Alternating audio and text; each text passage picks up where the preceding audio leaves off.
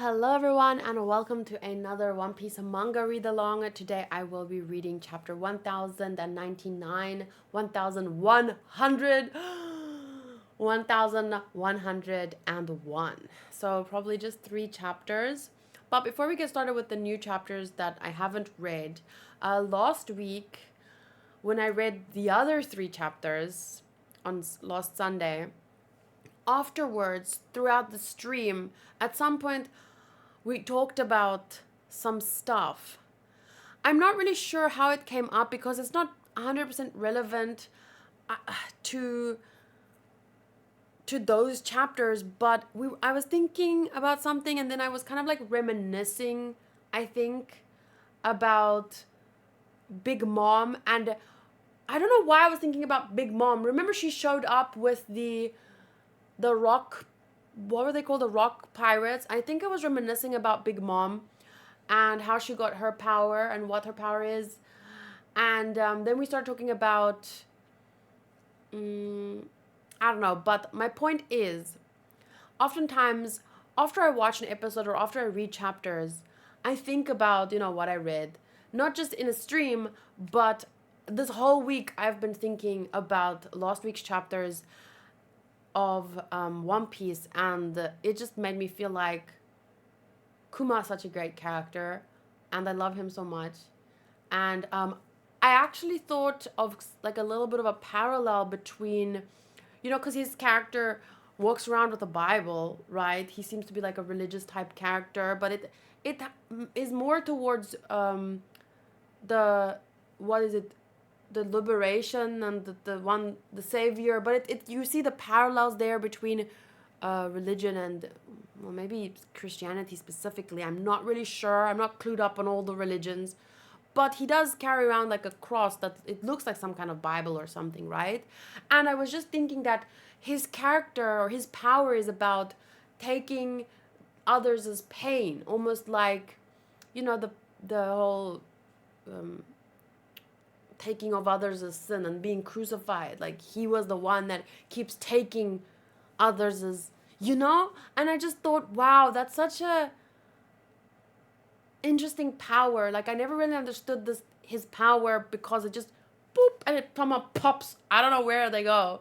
It's a really interesting power, but I think that there's a lot of meaning there, because especially when you consider devil fruits, the theory that we heard from Egghead, Apuru no Oji-san. I forgot his name now. He said that the devil fruits maybe came into existence through people's desires for those powers, right? And I remember saying when it was revealed in the anime that it kind of reminds me of quantum physics. There are some theories and stuff about the nature of reality and whatnot, that it's everything is kind of like that. But I mean, I don't know enough to have a conversation about that. I just think that it's very interesting about devil fruits maybe coming into existence because of people's desire for the powers. And then when you think about Kuma's power and what it does, and like what kind of people's desire created that specific devil fruit. Like if you think about what Kuma went through, it must be people like that, people like the buccaneer, they seem to, their sins seem to have been wanting to help others or give hope to others. Because I was wondering about that when the big spider demon guy, he was saying about the buccaneer people and their whatever they did. And to me, it just seemed like their big sin was wanting to give others hope or wanting to help others. So my point is that in that sense, Kuma's power is so perfect for him. Anyway, that wasn't even what I wanted to talk about. That's not what we talked about last week in the stream. We were talking first about, this is what Ivankov said to Kuma during the war arc. So it was just nice to look back about, how dare you raise a hand against my cute candy boys? I'm not holding back against you any longer. I don't care if you have lost your memory. If you say you have forgotten how terrifying I can be, I will pound that knowledge back into you. Prepare yourself. So my point is just, someone actually forgot my face. So my point is just, it just seems very well thought out, this was from chapter 559, and then all the way in last week's chapter, like 1098 or something, once again we see, or was it 97? Once again we see where they actually met for the first time. It's just very cool to kind of like to be able to link things like that. So I really appreciate that, just being able to see back like that. This is another one, but in a different image. Kuma, enough of this nonsense. It's me. It is I. Do you mean to tell me you have forgotten this face? If you do not stop this, I'll be forced to attack you. And then, so this is where it gets a little bit more interesting. The conversation from last week we had during the live stream after the manga read along. I don't remember how we got, because I was talking about the big mom and kind of like reminiscing how she got her power, since we found out how Kaido got his power. So in last week's chapters, we learned how Kaido got the blue dragon fruit thing. And then I was like, okay, big mom, she already had her power at this point because she got it back then. And she got it from eating mother, right? So it was transferred like that. And then I think Soto's made a joke during the manga read along about Blackbeard. What did Blackbeard do behind that curtain? If you think about how Big Mom got her power and how Blackbeard, what did Blackbeard do? But it's probably separate. Like, if you eat a devil fruit or you eat a person with a devil fruit power and they die, probably. I don't think you can just take a bite of a person and get their devil fruit power. But okay. So the thing with Blackbeard that I forgot was not that he just got Whitebeard's devil fruit power.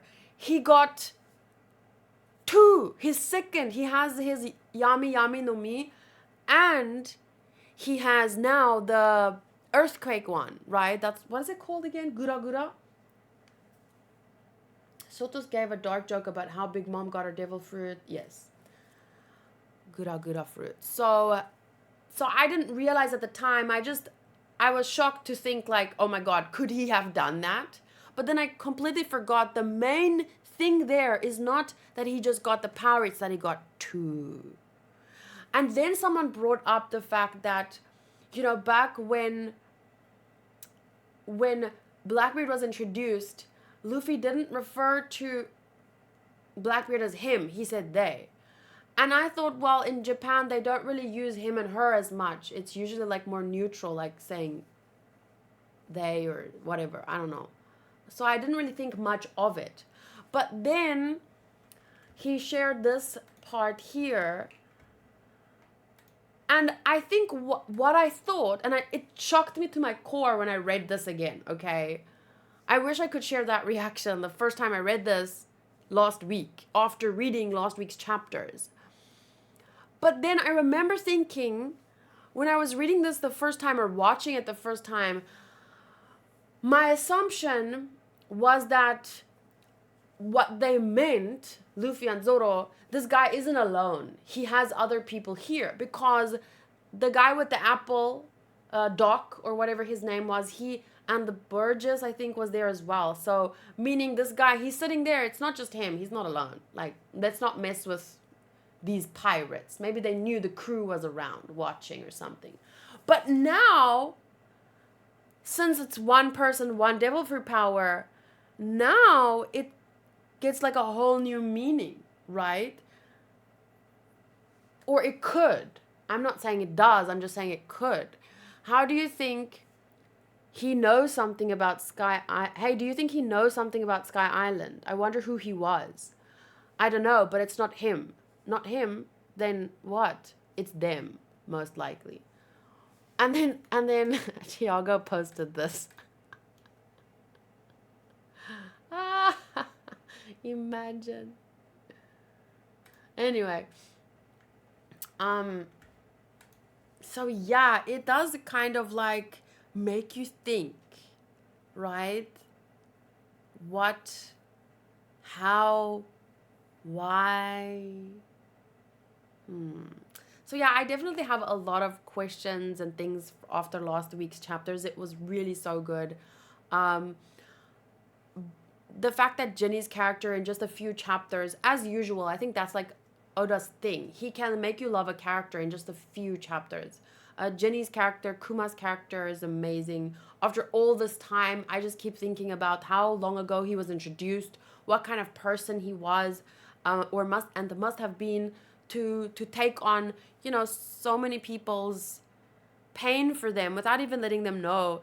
And most likely, I don't know what, he probably gave like his free will away for his own daughter, maybe to be healed, because we can see here, we also talked about this last week, she doesn't have those jewels anymore. So I'm assuming, and don't confirm or deny this, but I'm assuming she's healed, and I'm assuming that Kuma sold his freedom for, that's why he even, because I could never understand why would he become the government's, like, you know. So well, we'll see, I guess. But yeah, there's a lot, and I was thinking about it a lot. But let's start today's read along. I'm just going to read the last 2 pages of chapter 1098 to kind of like remember where we left off.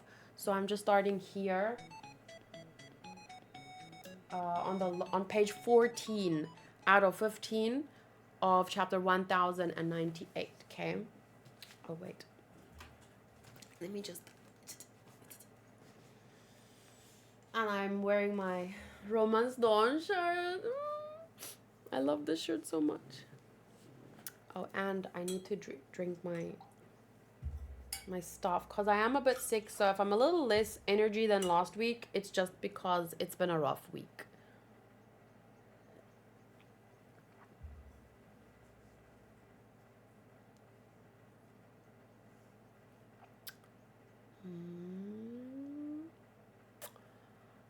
I wasn't here last time, so maybe you already talked about it, but maybe when they said he doesn't sleep in Odin's flashback, it's because when one of him sleeps, the other wakes up. Can you remember the chapter so someone can maybe look that up and we can have a, because I have a very vague memory of that, but it would be cool to look it up. In that case, well, interesting, more interesting. So the last 2 pages is just where Kuma says, the doctor tells Kuma, I'm going to be brutally honest with you, sir. Your daughter has 5 years to live at best. She won't see her 10th birthday, and there is no known cure yet. Age 10? It can't be. She's so healthy. Is there really no way to stop the disease? And that's when she pops out and says, Boo! Bonney, I thought you were asleep. I heard that. What about age 10? Age 10? What do you mean? I heard you say age 10. Wait, are you crying? Is it about me? Oh, age 10. Yes, at age 10, would you believe that doctor? He told me that you won't get better until you reach age 10. Huh? It seems so far away. I was feeling a little bit down. So I'm gonna be better when I'm 10? And then I can go around the world with you? Oh no, what do I do now?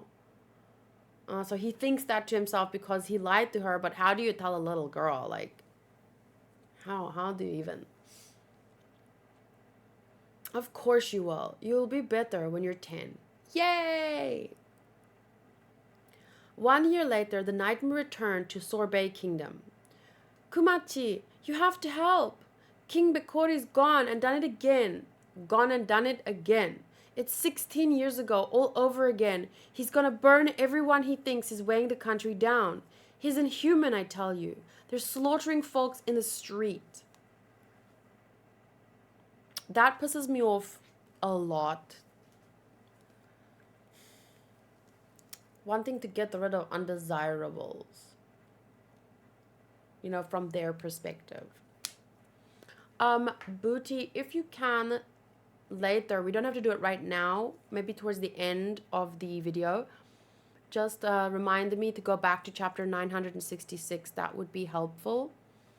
I'm just going to be careful with the chat. I'm not going to read a message as soon as it pops up, just in case. Like, mods need to have time to, like, delete it just in case. But I'm just warning you guys that are here live. Okay, so chapter 1099 is called Pacifist. And I actually have a poem I wrote when I was 16 that is titled Pacifist. I don't know if I ever finished it. I wonder if I could find it. I just remember it starts with pacifist, you fight for peace. I was so dramatic as a child. Okay, chapter 1099 is called Pacifist.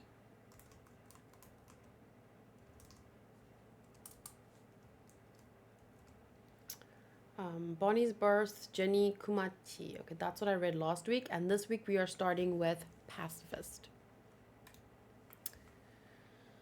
Okay. The cover page is a reader request, raccoon dogs fixing up Odin's hair, which is very, very cute. Okay, turning on to, we're starting here with the fire blazing.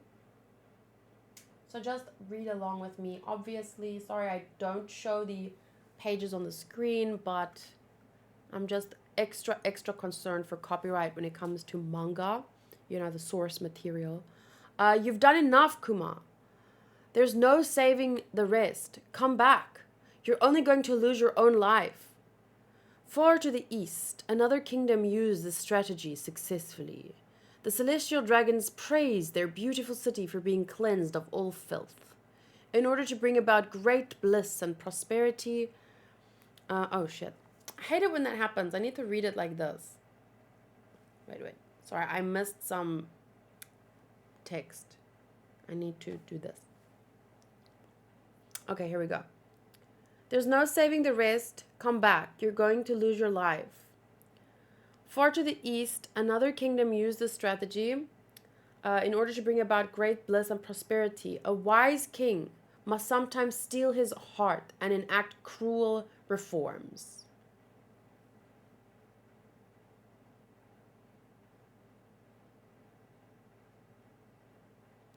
The people are mounting furious resistance. Murderer! Step down at once! Put out the fires in the south! Kill a handful of them and be rewarded. So then he obviously makes an example of the ones who dare to rebel against his decree. Who dares defy the king's edict? Step forward. Who's that? Stop now or be executed. So that's obviously Kuma raging. And then at Kuma's church. Hurry, treat the wounded. Stay inside, Bonney. You don't want to be in the moonlight. Okay. I hope he's safe. Dad's always such a chicken. I know that's how she knows him, because when you're to your father, he will come across like a chicken because he's so worried about you and like, But I mean, it's not how we know him. Stop right there. You know what'll happen if you strike at the king. Oh, is that like a child in the background? Oh, this is gonna be rough to animate. You'll pay dearly for this, you country bumpkin preacher. And then this incident would be known as the Solo Revolution of Sorbet Kingdom. That reminds me, seeing that, it makes me remember from the anime, the last thing and you don't have to confirm or help me remember right now. I'm just telling you. I remember that Bonney found kind of like a big bubble like this. Like it was like Kuma's lost, I don't know. And then she touched it. And that's when she kind of like maybe she learned more about her father's pain, right? So I kind of, if I have time at some point, would like to rewatch that episode. As the solo revolution of Sorbet Kingdom. Back at Sacred Marijoa, I hear there's a new king in Sorbet. Strange. Who is it? Ah, so solo revolution meaning they actually did it this time. They didn't just like attack with warning. They overthrew. Okay. Who is it? Unable to resist the pleas of the people, Kuma became King Kuma. Kuma. The king of the realm living out of his old church. King Kumachi, my back hurts. I think you can stop teasing me now. The one actually in control of the palace is Old Bulldog. I'm just a figurehead to make people feel better. Old Bulldog. Back in King Bulldog's day, 2 generations ago, times were poor, but we were rich in spirit. Sure was hard not having money to go around, though. Well, yeah, that's... Like, imagine you are a bigger family, but you have this much money, so there's not much to go around, but everyone can eat and be happy, and try and appreciate what they have. But now if you kill half the family, just burn them, you have the same amount of money, and now there's more to go around, so you can live easilier. That's not a word. That's kind of like that guy's plan.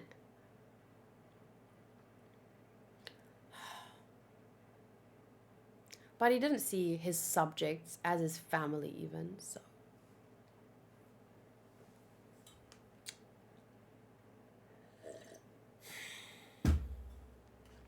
And then she runs, what? Cardio.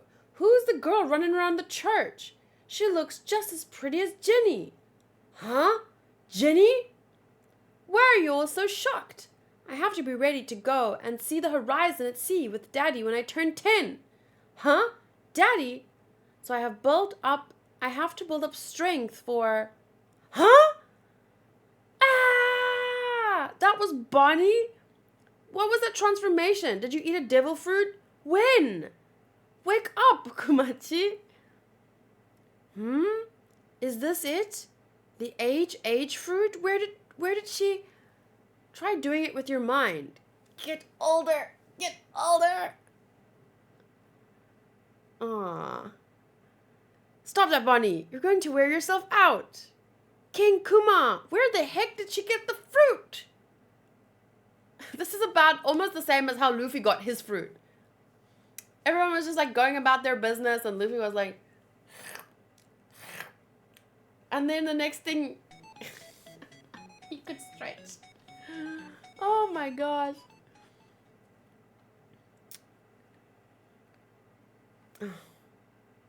The way that Luffy got his fruit is still... it's so great. I'm gonna turn this off for a while, but I don't know how long that'll last. I really love those initial chapters of One Piece. I know it's a short arc, but it's still an arc. Romance Dawn, man! Okay, please, your majesty, grant us an audience. Gah! She turned into a wrinkled old bag. It really worked. She's hideous. It's not working. It's too hard to get older. Wait, who's that?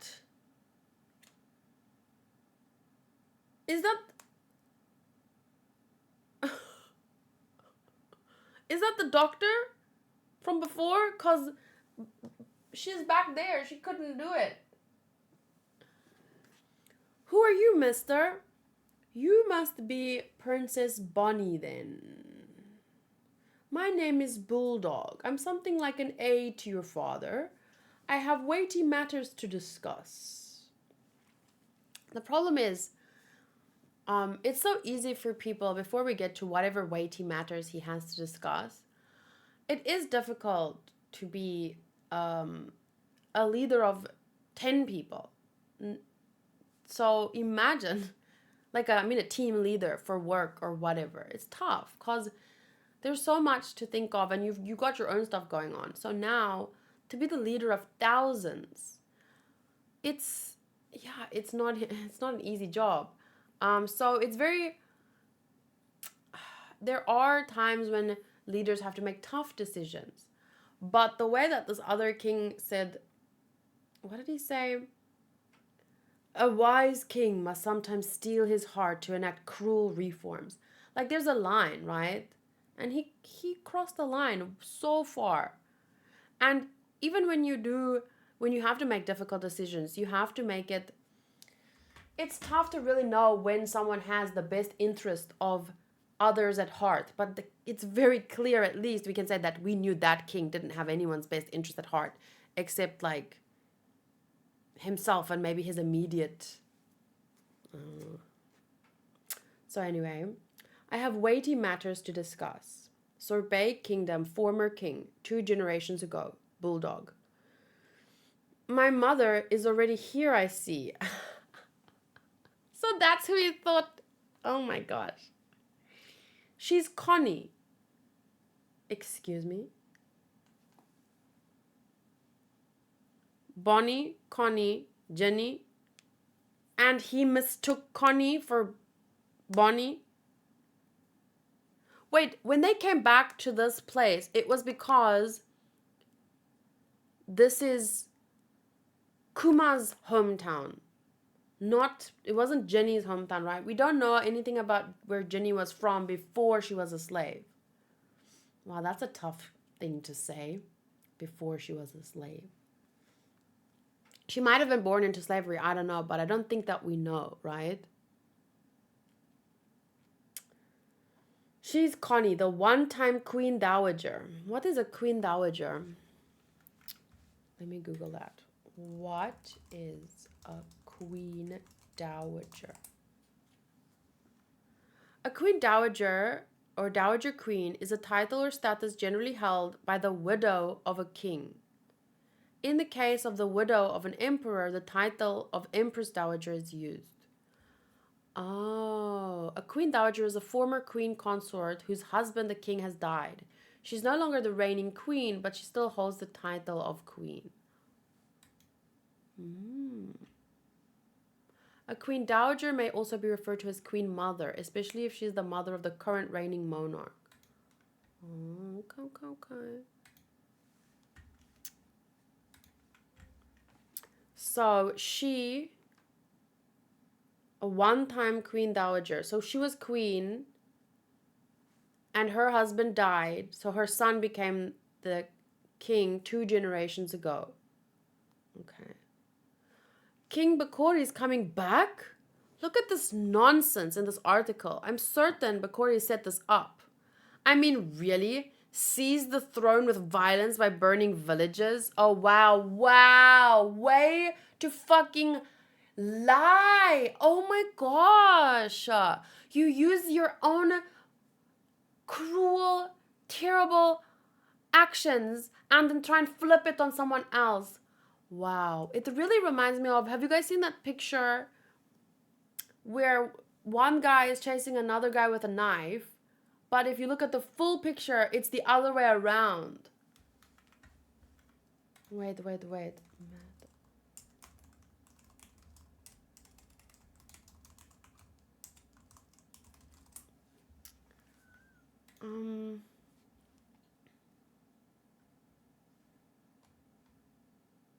I don't know how to look up this picture, but I had it in my head.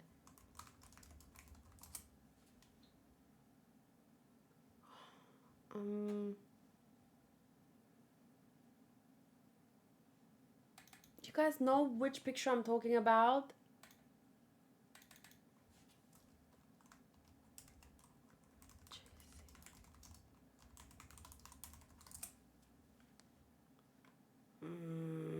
I can't find it. Ah, there. I found it. I saw this in a Mad magazine, I think, for the first time. So, like, this is what someone could choose to show. So this is what that king's basically doing. He's telling a piece of the story. Villages were burning and my throne was taken. And so he's framing it like this, like he was the one being attacked. But that's the full story. Like he was the one doing the attacking.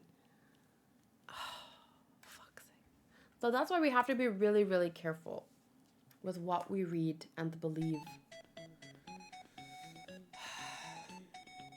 So easy to do. I'm certain Bakori has set this up. I mean, really, seize the throne with violence by burning villages. He's trying to overthrow us from abroad. It means he has the world government on his side. Bakori will be back to take control. Mark my words. There's intel that he's preparing battleships. We can't have Bakori coming back here. He'll have us killed this time. Don't worry, he won't set a single toe within the country again. Whatever he tries to bring back with him, I'll drive it all away. But once that happens, I will be seen as a criminal. I won't be able to stay here anymore. Once that happens, I'll need you to be king, Bulldog. Would you take Bonney under your wing in that case? Even this church will be in danger. All right, I'll find her a place with the same conditions.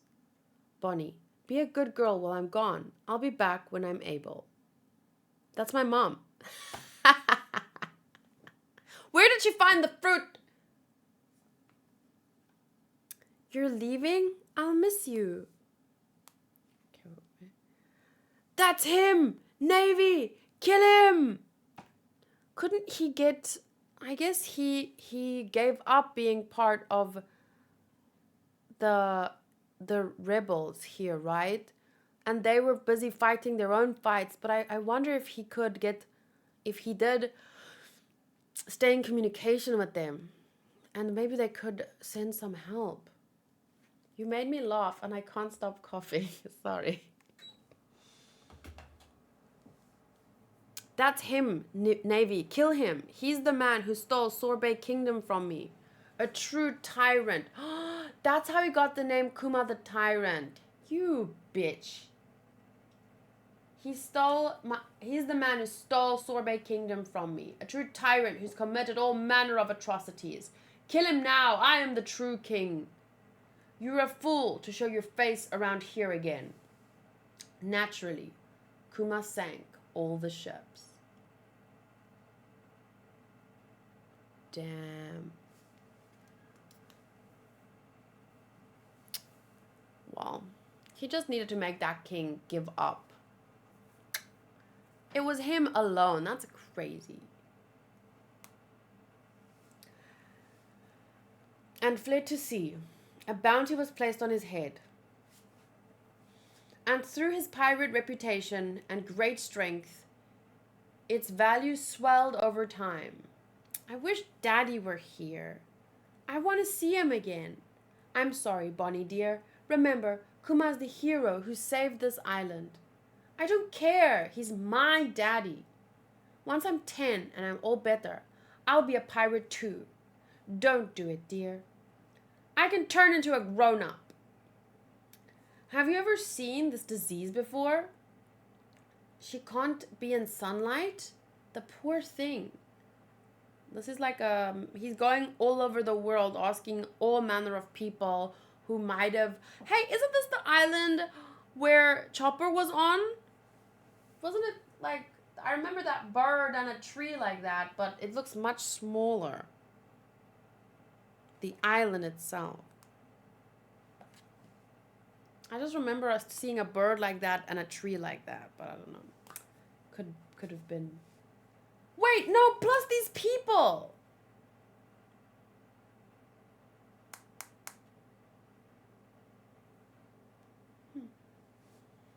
I spot a hot... Oh, and here's... Oh, this is where Zoro was. And this is where Robin was.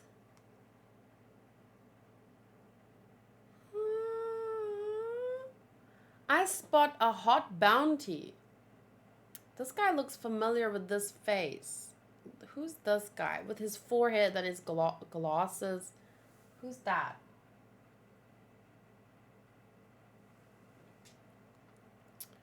Aren't you Bartholomew Kuma? Your daughter has 5 years to live at best. So there he's at the Winter Island place, the bridge being built. She won't see her 10th birthday. Oh. And then, oh my god, this is the cat with the hat. Why does he look so cute here? Iva, what did you do? Can I just quickly...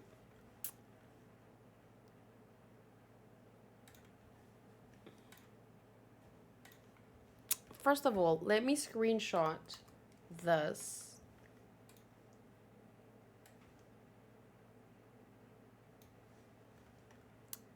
What's that guy's name? Bekori. I'm gonna add that.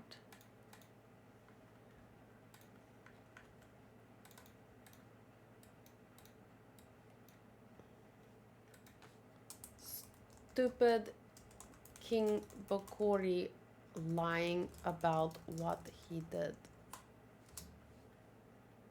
Stupid King Bekori is like the nicest thing that I can even say. Like, that's like, it should be so much worse what I write there, but I'm just gonna, I never took a screenshot.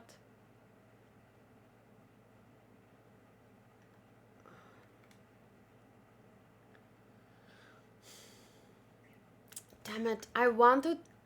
No, I know. I wrote down their name somewhere. What is the rebels' name? What do they call themselves? Let me Google. Not Google, but let me press Control F. And then I can find Bello Betty. Bello... No, I didn't write Bello Betty anywhere. No. I thought I wrote their name somewhere. Never mind. I'll just keep reading. Hey there. Oh, you! Hey there, Kuma! Iva and Inazuma were thrown in prison. And since I lost... Oh, in prison! Where we met them, right? Inazuma was the one with the split hair. And since I last saw you, you've been a king, a tyrant, and a pirate, eh? It must have come as a surprise to you. It's probably not very easy to get into contact with them anyway. But, I mean, nobody in the Revolutionary Army took those articles seriously. Of course. Hey, Kuma, can I be the captain of the Eastern Forces? Why ask me, Betty? Wait, is that... Wait! Oh, she wears the hat too! Oh, that would have been cool though if the cat was a cute girl. I want to see a picture of... What's the episode where they help take over that island? I could have sworn I rewatched it and took screenshots. That's what I was looking for in my notes. And the girl with the milk, remember that? And then the island that got... Okay. So is that Bello Betty? Nobody in the Revolutionary Army took those articles seriously. So I'm currently on this page. Sorry, I've been jumping around a bit. Because I'm trying to like place characters and places. Why ask me, Betty? Dragon says the position eternally belongs to Ginny until you give permission. Oh.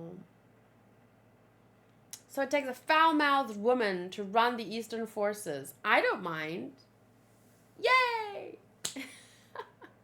Is that why she speaks the way she speaks later? And she's like calling everyone rude names and stuff? Sabo, Koala, and the others want to see you too. We have many promising young members rising through the ranks. I want to show them off to you. I've seen what's happening around the world, and I often wondered what you would have done, Dragon. I want to return to the fold, but... Bonney? As a matter of fact, I wanted to talk about her. You're aware of the Navy's scientist, Dr. Vegapunk. He's going to be able to cure her, but then... After the recent accident, he's going to transfer to a new lab. Ordinarily, he's kept under heavy security, but he's more approachable during the transition. Thank you, Dragon. In all honesty, I'd given up for lost. I'll go speak with him. If I can just cure Bonney's disease, then I'd be happy to fight with you again. May the winds of fate guide us well, my friend. Yeah! Live to eat. Bonney, that was amazing. I was going easy on her. Daddy! Naval Science Division Laboratory 8, later known as Egghead. Where are we? We're going to get a checkup before your disease is healed. I've never seen a man like you before. I was just thinking the same thing. Yes. Never seen a man like that before. His head is like... It goes out on the page. What? Wow. Look at his head. Gross. What a body. You have to let me study your muscles. For science, of course. And that's your sickly daughter? Kind of a brat, eh? I don't mind a little lip, though. Sapphire scales. You've done well to limit them for so long. She'll survive. She will? I'll use some medical tech that I've been holding back from the public market. Technically speaking, I'll be generating new stem cells and transplanting them. It's about as much work and cost as creating a cyborg. She'll turn into a cyborg? It'll cost as much, I said. Tell me, are you a buccaneer? Yes. You know I'm with the government, don't you? I trust Dragon wouldn't put me in danger. What makes my blood different than other people's? Well, I don't have enough of a sample size to explain. You want to make clones of me? That's right. I've been looking for the right person to be my base for my clone soldiers. But I guess I can understand the desire to want to make clone soldiers so that real people don't have to go out and fight. The only problem is when clone soldiers are fighting real people, the other side gets that much hurt. But if it's like, if you're at war with a place and you don't have to send your family and friends to go off and fight anyone, it would be nice. So anyone, I think, can understand the need for that. Like, it would be nice if there was a fight and then my clones fight your clones, and then whoever destroys the most clones is the winner, and then no more death or destruction after that, okay? Wouldn't it be nice if that's how war worked? But if people were that nice, then both sides could say, like, let's designate an arm wrestler. Your arm wrestler versus my arm wrestler. And then whoever's arm wrestler wins. You could simplify it down to something like that, but it would never work because in war, people, they don't want to fight fair. They throw whatever they can at people. But even then, I mean, we have what the Geneva Conventions, like, and stuff that can only be looked at after a war, right? And be like, okay, well, your side did this and this, it crossed these lines. And that kind of stuff, I think, if you abide by the rules of law, even the rules of war, even though it sounds contradictory, I think it can help in a sense to stop the perpetuation of it. Because if you do unthinkable things, even within a war, like, which is already a terrible thing, there's always, like, if you can limit the amount of, how to say, let me try and simplify it. Let's say I am at, me and the family next door are having a fight. Okay, they say some things, I say some things, it's all like understandable, we're having an argument, so things will be said. But now they cross a line, they kill my father. Even 2 generations from now, that kind of it burns inside the people. It becomes something people want to take revenge for, even on, the next generation. And that's why problems don't really get solved, because if you do things that cross a line, then it perpetuates, whatever you started even fighting about, now you've added onto the pile. So the war will be dragged out, the fight will be dragged out. So in that kind of sense, I'm just talking about war in general now, even though it's not even part of the manga anymore. But I just wish, imagine if you could just make it so simple, your guy versus my guy, fight it out, whoever wins, the other side has to compromise, But I don't know, because they could cheat. They probably will cheat. They'll like juice or something, and then the other side won't accept the victory. And that's why war happens, is because people, if you have something that you want to stand by and you don't want the other side, oh, it's so difficult. I really like Vinland Saga's. Vinland Saga has a really good example of why a fight would even start. Like, how can a war start? Because in Vinland Saga, it's simplified in a sense where there's people living in an area, a bunch of different tribes living relatively harmoniously. I'm going to simplify it, as I said. And then in one area, there's now, let's say, a resource, like a water source that could really help. Like if this was your water source, you would be guaranteed able to support your people even in winter, like even when, food is scarce or whatever. So now people start arguing, wait, but this is where our line. Before, it didn't really matter. People were living together generally fine in all of their areas, hunting fine. There was enough food, But now there's something valuable. They want it because it will mean in winter we can eat, we can drink, or whatever.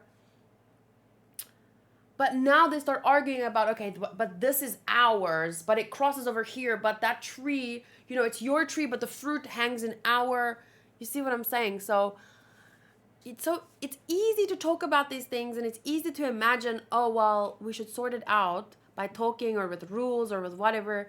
But when it boils down to it, what are you supposed to do when talking isn't enough? That's when you fight. But why would you have to fight? Why could you just 1v1? No, but they have the resources. They have 20 men that could fight, and we have, and then it just escalates from there. War is like the biggest escalation. But anyway, to bring it back to One Piece. I can understand the desire to want to make cyborgs that fight so that people don't have to. The problem is that, especially in this case, cyborgs cost a lot of money. Money that could also be spent elsewhere. But if you could save people's lives from fighting, but now when someone has access to these cyborgs and they end up killing the other side that doesn't, or, it's too tough. It's such a tough decision to make, right? But we know that Vegapunk doesn't have those kinds of thoughts. He just wants to create something that will help people. You want to make clones of me? That's right. I've been looking for the right person to be the base for my clone soldiers. Just provide me with blood samples and permission to create clone soldiers. And I'll cover the entire immense cost of Bonney's operation. I'm sorry, but his face looks so sus there. He looks so like, Okay, so you give me your blood, and I'll make clone soldiers that the government can use. And I'll cover the immense cost of your daughters. Like, really? Don't make that face! I was just saying that your thoughts are not there, and now you're looking so sus. You can't pay for it yourself, I assume. But I do get that too. Like, procedures cost money, all these things when it. But just why? Vegapunk, don't look so sus, man. I guess it's a fair deal, but the implications. We've seen the implications. I won't be declining the offer either way, but what will you do with them? All these soldiers that look just like me, will they be in the Navy? That's right. Tell me, do you like electromagnetic energy? When they see a human being shooting laser beams, those pirates will go mute with shock. They'll be laid low by the overwhelming power of science. My soldiers' bodies will be as hard as shields, deflecting bullets and saving the populace. They'll be heroes to the common man. Yes. Yes. Yes. I'm not gonna lie, if a pirate attacks my village and one of Kuma's soldiers popped up and been like, pew, pew, pew, I'd be like, yay, my hero. So he is right. But the government.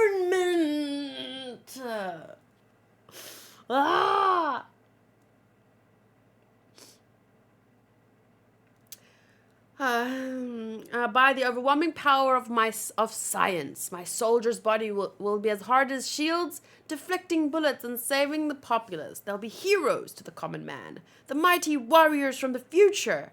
And then, he's an odd man, but true to his desires and trustworthy, even with his sus face. Come on, can you just stop making my back cold? I don't want it. That's what Dragon said about me. The nerve. Oh, that's what Dragon said. Perhaps if clone soldiers based on me save other people's lives, my own life will have meant something. Excuse me, your own life already means something. How could you say that? Dragon's going to be furious about the terms. Yes, because they will be used against you, against Dragon and what he's fighting for and all of them. Well, I'm nothing but grateful to you both. I would make a deal with you to save Bonney's life, even if you were the devil himself. Just save Bonney. Yeah, what you wouldn't do for your kids, right? You're a true saint. Sacred Marijoa. Clone soldiers are weapons, and weapons are valued by how many they can kill.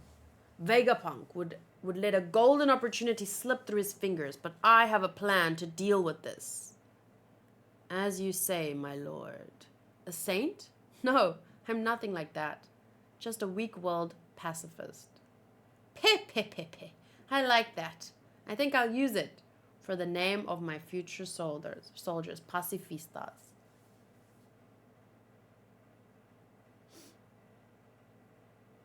A weak-willed pacifist. Wow, the implications. There's a lot to unpack in this very, very last page, isn't there? Because it's Vegapunk calling him a saint. Even if you were the devil, I'd make a deal with you. But we know that Vegapunk's not a devil. He's very neutral. Like, he doesn't care about, I guess he would care a little bit about bad. But he almost doesn't even consider it because he's so focused on, the good that his creations can do. That's all he cares about. So it's not that he doesn't care about the bad, it's that he doesn't even consider it almost. I don't know. But when someone has that kind of brain, that kind of intelligence. I can't even imagine, all the ideas in your head. But amidst him calling himself a weak-willed pacifist, someone else is always going to be in the background making these kinds of plans. Clone soldiers are weapons, and weapons are valued by how many they can kill. I have a plan to deal with this. So what is that done? It's a rhetorical question, but is this emu on the phone here? I assume. Because emu was the one who wanted to test the other weapon that destroyed that whole island. So I would say that, yeah. Oh my gosh, that was just one chapter and it took 55 minutes to read. Was that just one chapter? That's crazy. There was so much.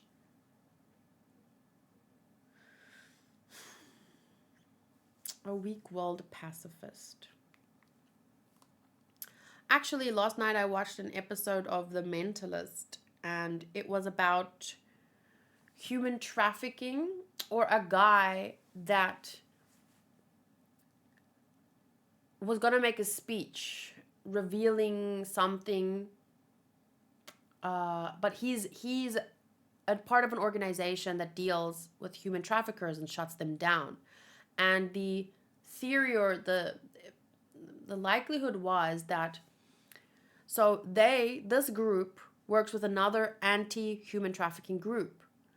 But apparently this anti-human trafficking group was a human trafficking group that was using them to shut down their competition so that they could have a monopoly on human trafficking. So the assumption was, because there's obviously billions, like it's modern day slavery, as simple as that. It's just rebranded as human trafficking, but there's billions in it, like in terms of money. So they had been shutting down their competition by using them, pretending that they're anti-human trafficking, stopping bad guys, but being bad guys all along. So this guy was gonna, I think, he was gonna have a speech and he was gonna expose them. But then he got killed. And then there was this one guy that was a suspect that said, and I just thought it was an interesting quote. He said, "I'm a pacifist, but not a coward." Meaning, like, he doesn't want to fight. He's against fighting, but if someone punches him, he's going to punch back, basically, or something like that. But yeah, pacifist, I'm not even sure what the word means. I just know that it's someone that's, I guess that's Kuma as well. Like, he wants peace. He doesn't, but if someone, yeah, he's not a coward. A So it's like, I'm wondering, like, does a pacifist mean a person who believes that war and violence are unjustifiable? But if you fight, doesn't that then, if you fight against someone who then, so war and violence are unjustifiable, but if you retaliate violence with violence, that you can't technically be a pacifist, right? Because then you are justifying your violence because it's in retaliation to someone else's violence first. Which I agree with. Like, if you're gonna punch me in the face, I might punch you back, depending on what I did. Because if I deserved it, but if you just punch me in the face for no reason, like, I like peace as much as the next person, and I don't want war, but it's tough though. Pacifism is the opposition or resistance to war, militarism, or violence. The word pacifism was coined by the French peace campaigner Emily Arnauld and adopted by other peace activists as the 10th Universal Peace Congress in Glasgow. A person who opposes the use of war or violence to settle a dispute is called a pacifist. If you are a pacifist, you talk through your differences with others instead of fighting. But what if the other side is not interested in talking and they're just gonna come at you? If you fight back, technically you're still a pacifist. You think your retaliation might be unjustifiable, but do you have a choice? If someone comes at you with if someone burns your people's houses with fire, like what do you do? A pacifist is a peacemaker. Even its Latin origins of pax or peace and facere, to make, show it. So I'm just gonna show that because I don't think I read it very well, but this is what I read. Thorfinn at the end of season 2 is someone I would label as pacifist. It's a tough word because, you know, if you take it very literally. But yeah, I think Thorfinn would be the best example. But man, to be a true pacifist must be extremely difficult. But I still think that even if someone fights in defense of others to some extent, I still think that they can call themselves a pacifist because they're against war and they're against violence and they want to settle things as peacefully as possible. I still think, yeah. It's tough though. I can understand why there would be a debate on the topic. Okay. But what would I write here?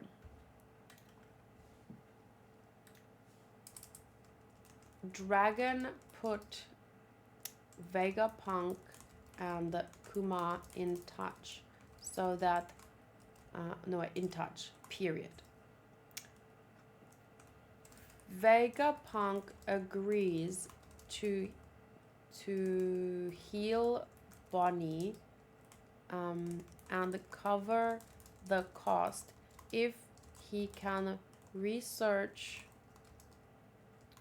Kuma Buccaneer blood and use him as the base of his pacifistas. Kuma, the weak-willed pacifist.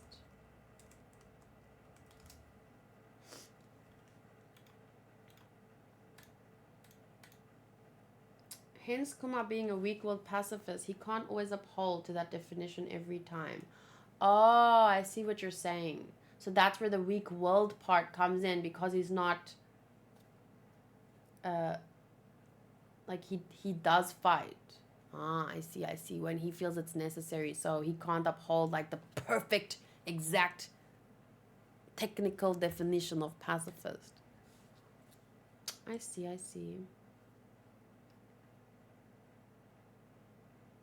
Tiago says, I just assume a pacifist means choosing not to use violence for the most part. Well, that's a bit of a wishy-washy way to look at it, but it's more realistic. Because, like I said, it's difficult to be a perfect anything. So, some chapters have so much information, it's mind-blowing. And so many, like, little connections. Like, Betty becoming the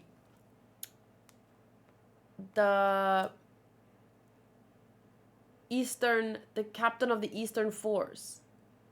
Oh my gosh, so that's Betty. I thought the cat wore the same hat as this, and I thought that the cat used to be a cute girl. Not gonna lie to you. I can't wait to see long hair Betty one day. I love Betty. I think I might have her in Waifu Wars. Hi, Bernard.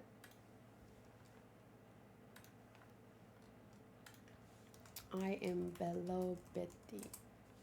Yeah, that's one of my favorite claims. I hope I can get a key for her.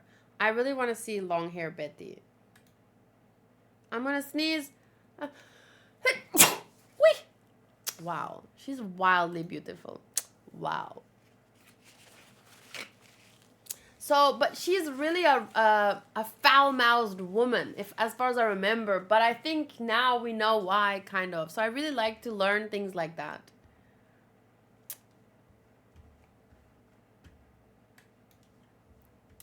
Okay, thank you guys. So let's go. I have about an hour left, and I still have 2 chapters to read. I'm not gonna rush though. So if I, yeah. So the next chapter is.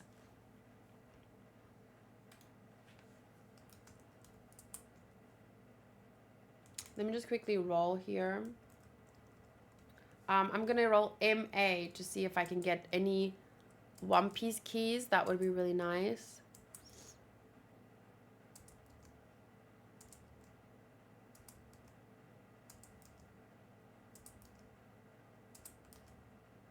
I already got a key today though. I got a key for Lily from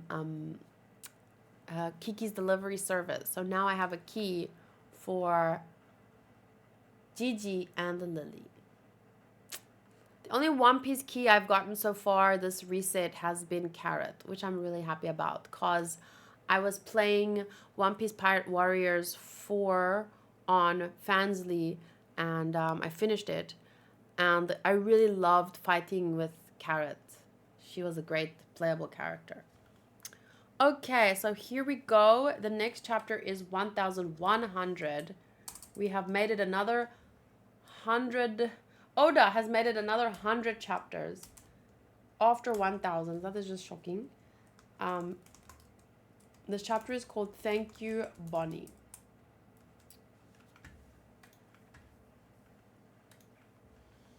Okay, the cover image is Usopp watching Sanji chop vegetables and being reminded of the Usopp pirate crew. Because the one was P-Man and I don't remember the other one.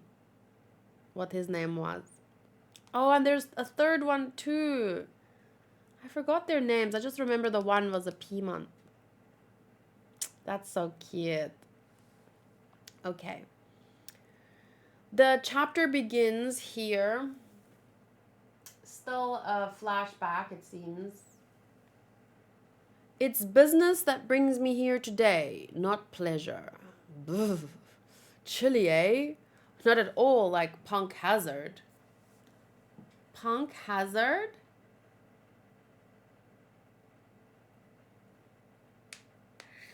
When we were at Punk Hazard, it was chilly there, right? This is the place where I plan to recreate the very future of humanity. In fact, I'm having difficulty keeping on top of all the ideas that flow endlessly from my mind. I can tell. So, you know so many things, and yet you don't know every inch of this laboratory yet. We can't have you negotiating with pirates in secret.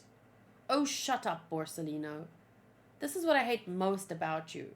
Look, I'm sorry. It's my job. Who's this guy?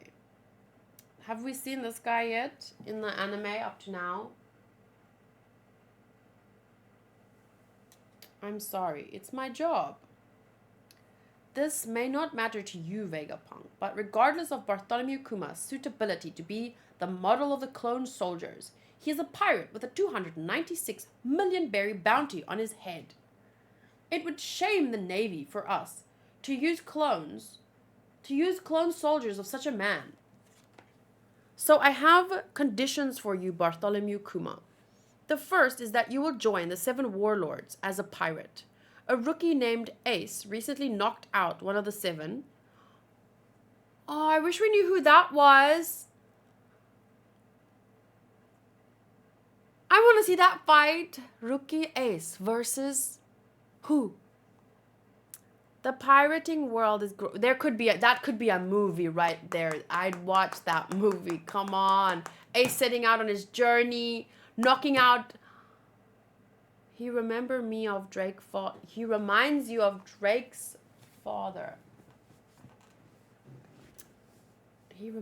Drake's father.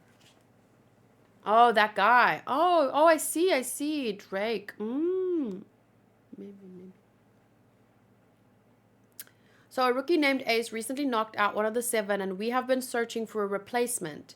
The pirating world is growing restless, and you would be ideal as a warlord.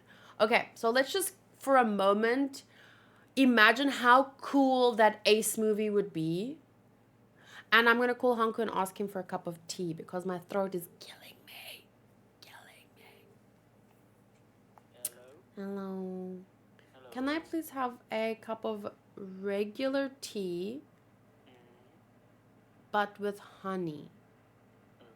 Yeah, usually I like regular tea with sugar and rooibos tea with honey, but I'm not in the mood for rooibos tea flavor, so I'll have regular tea, but honey because of my throat. Thank you. Okay, bye. Okay, we continue.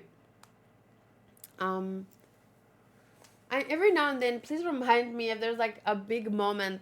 I don't want to use screenshots of the manga on my thumbnail, so I've just been taking like screenshots of my reactions in 3 parts because I usually read 3 chapters.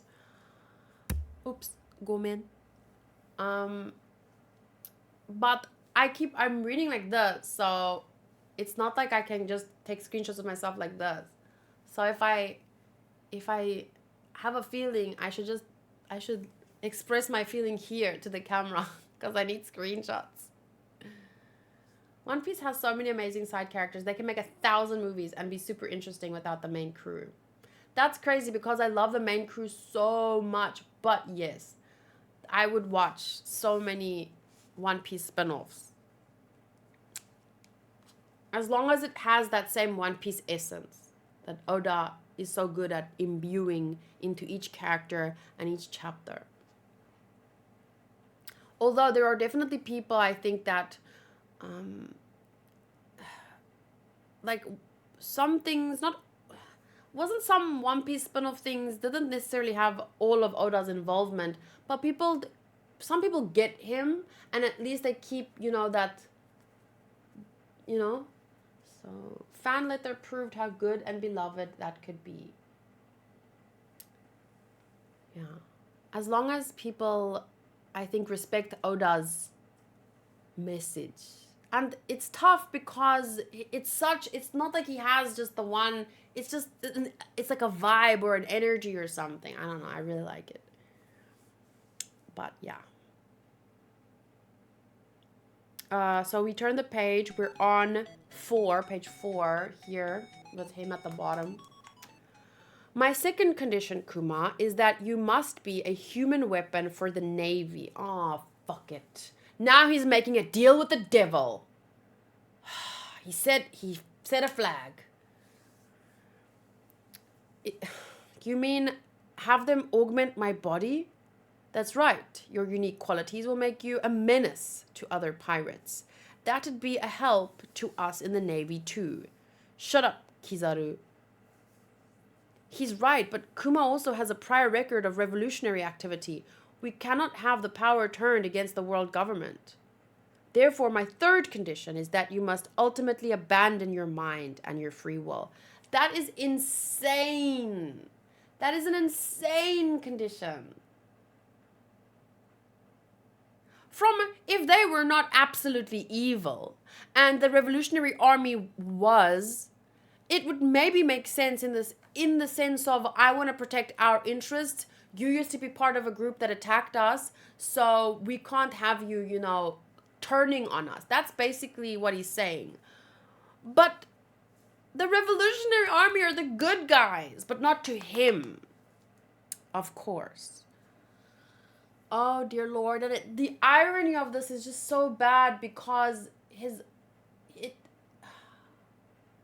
freedom, it's so important. But he would give up anything for his daughter. It just sucks that he already had a deal with Vegapunk, but Vegapunk is tied to the government. So that deal wasn't enough. Now there's 3 more conditions just so that his daughter can get the treatment she would have gotten anyway if it was just between him and Vegapunk. This is the worst part. He has to give up his freedom. After, his mother died in enslavement. His father died in enslavement. He could have died. He escaped it through, his own... And he fought for everyone's freedom. And then now he has to give it up again. And of course he's going to do it.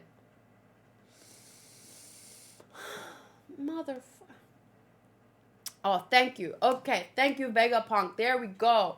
It's not going to be enough, but thank God he's at least saying something. Now, wait a second. You're asking him to die, Saint Saturn. Is this just because you can't control the other 7 warlords at a whim? Removing the human will from a cyborg just turns him into a simple robot. Are you asking me to kill this man? You are in no position to make demands, military scientist. These are my 3 conditions to have your daughter's life saved. What a fucking asshole. Like, we've been new, but this is just a whole nother level of evil. How sad is if you remember that after he gave his mind away, Sabo found him being a horse for the celestial dickheads with swords stabbed into him. Don't remind me. But yes. But I didn't mean that literally, but it hurted to be reminded. I don't want to remember it, but yeah. These are my 3 conditions to have your daughter's life saved. We have no obligation to put up the massive funds needed to save one measly little girl's life, unless you promise to uphold these conditions. Yeah, but they were gonna get all those freaking pacifistas. That should have been enough.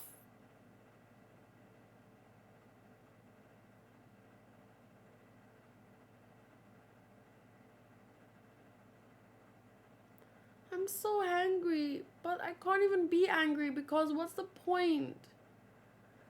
I'm sad more because I know how this turns out. I feel you're making a lot of hate thumbnail faces right now. I don't wanna keep reading because I know where this goes. I just want to get to the part where these demons just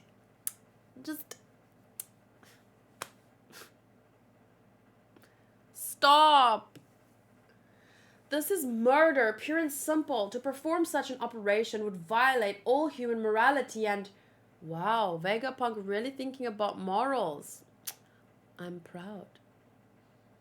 Even with all the ideas, everything going through his head, at least he stood up here.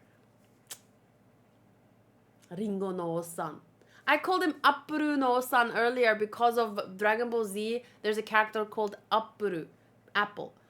But Japanese, Luffy calls him Ringo no Osan. Or something. Would you do it on me, Vegapunk? Kuma. I was so worried that his demands would be impossible and I wouldn't be able to save Bonney despite being so close. Thank you. I will gladly accept any fate if it means curing Bonney's disease. No! He's so sweet! Kuma, no! He doesn't even care about anything. He doesn't care what will happen to him. He's just so happy he can save her. It makes me love Bonney so much just because he gave up his life to save her life. So I want her to live her life, be happy, do everything you want to do, see everything you want to see, because this is from Kuma. He gave this, but that's so sad that... Oh, I hate you, you stupid. I want to this fucking face, I hate it so much. I just want to... I want to punch a punching bag. Okay. I love that part so much because he's like, I was so worried that his demands would be impossible and I wouldn't be able to save Bonney despite being so close. Thank you. He said thank you. Thank you that those were the conditions. Thank you that he has the power to give up his free will for her life. That's crazy, Hanku. Yeah. Wait. Let me make space here. Excuse me. Thank you. Good. Damn. Look at that face. Jo. He is a saint. Lyckslöke så vitt kvar. He is really quiet. Thank you for my tea. And they call him Kuma the Tyrant. That's his name, pirate name. But he's actually Kuma the sweetie pie. Gentle giant. The gentlest, most sweetest, most kind, the most. Oh. But okay. Fine. Now you need a Kuma figure. No, I need a giant Kuma teddy bear. I want the Bonney figure and a giant Kuma teddy bear. But before I get anything, I want a big, like this thing, but bigger and wider, and then I want yeah.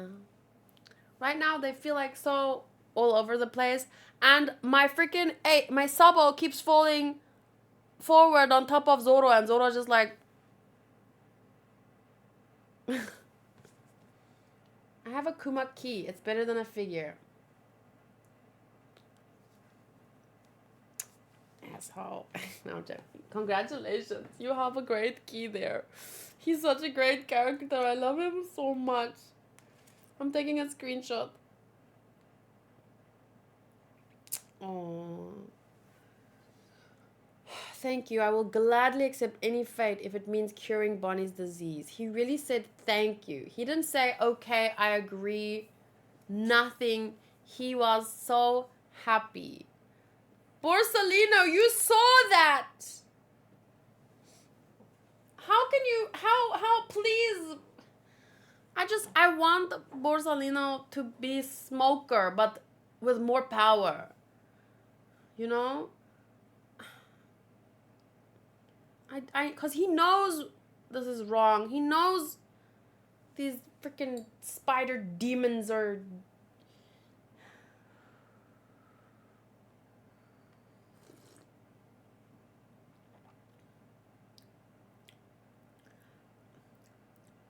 Wow, this could use more honey. I just thought of something that I read someone said. A theory. But I'm a little worried. But it's probably a theory. I don't think it's something that could have been revealed already in the manga. But I'm gonna mention it. And you have to be careful if you're not caught up and you're worried that the theory might be a spoiler. But I don't think that it could be. I'll put this down if you want to unmute me after. So mute me now. So I was just calling them demons, because before when I called them devils, someone said something about, because there's devil fruits. But in my mind, the devil fruits are called devil fruits because to people who use them, on the ocean, you drown. So it's like, it comes with it's like making a deal with the devil. You gain a great power, but it comes at a great cost. So devil fruit, it makes sense to me. But someone said that maybe the devil fruits come from the devil himself. But I doubt it. I don't think that's the case. I like the theory that Vegapunk has about how devil fruits were created. I think the name is just devil fruit because of, like I said, the water thing. Plus, the world government doesn't like people having those kinds of powers. But devil fruits give average people great power, and that makes it could give average people great power, but anyway, I'm not going to say more than that for now. I'm just going to mention that I read something like that somewhere. I don't remember if it was on one of my manga videos. I don't remember.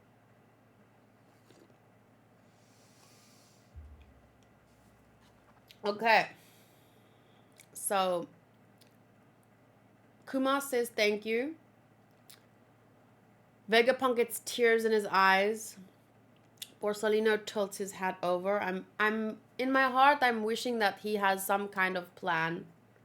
Like, he's just waiting for the right moment, gathering intelligence. He doesn't really want to be doing these people's bidding because he can see. You are smart.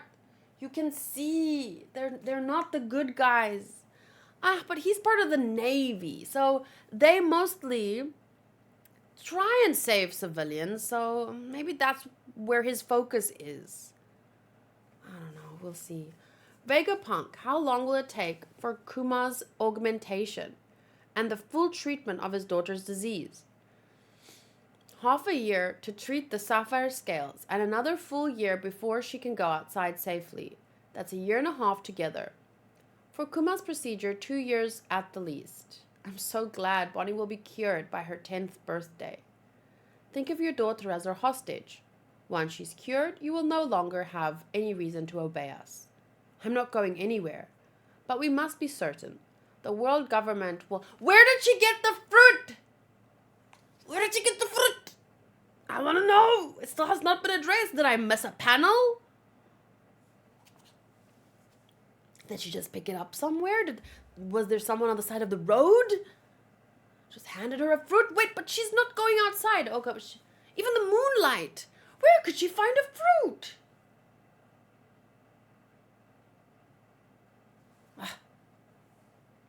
Half a year, okay. I'm so glad Bonney will be cured by her 10th birthday.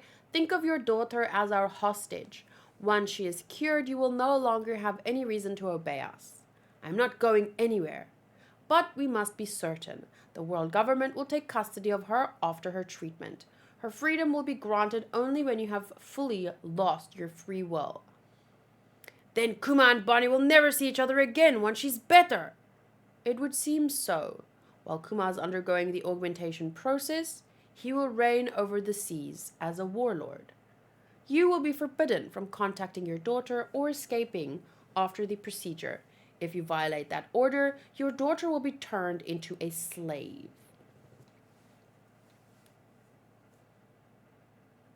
You disgusting son of a bitch. I will never meet with her, but I just have one request. I don't want Bonney to know about her disease or the fact that she's being held as a hostage. So I ask that once Bonney's surgery is done, she not be held in some drab government facility, but in the comfort of the church in Sorbet Kingdom, where she grew up. If you promise me that, I will never go to visit her, and I will do exactly as you command me. I wish nothing. I don't want to have hope. I know how things turn out. As long as she is under watch, it doesn't matter where. This should prove to be an interesting 2 years. You'll be staying here for the next 6 months, Bonney? You'll be staying here for the next 6 months. With you too? Yes, they found some disease in me as well. I need to undergo tests. We're twins! Yay! Oh, this guy is Sentomaru. This guy. Look, there are lots of rooms with no windows here, but lots of dangerous stuff too. Be careful. Murmur, murmur. What is murmur, murmur, eek? When this chapter came out, we also discussed the origin of the Bonney fruit.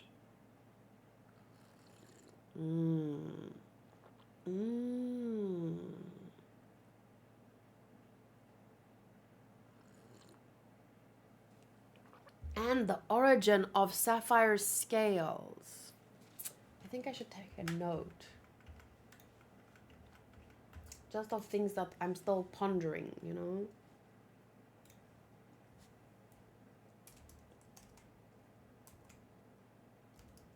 Fuck off. The origin of sapphire scales. I feel like there has to be more to this illness in the first place. The origin of Bonney's devil fruit. Where did she find it? Because she just one day had it. I mean, when Luffy had his, he also just kind of happened upon it. But we saw it was there. Shanks got it. It was in a thing and Luffy just took it and ate it. And then boom. So it was the same kind of like suddenly. Like he didn't have it and then he had it. It wasn't like he knew what he was getting into or anything. So with Bonney, it's that kind of feeling. But we didn't actually see which treasure box, which person, what, where, who. you know?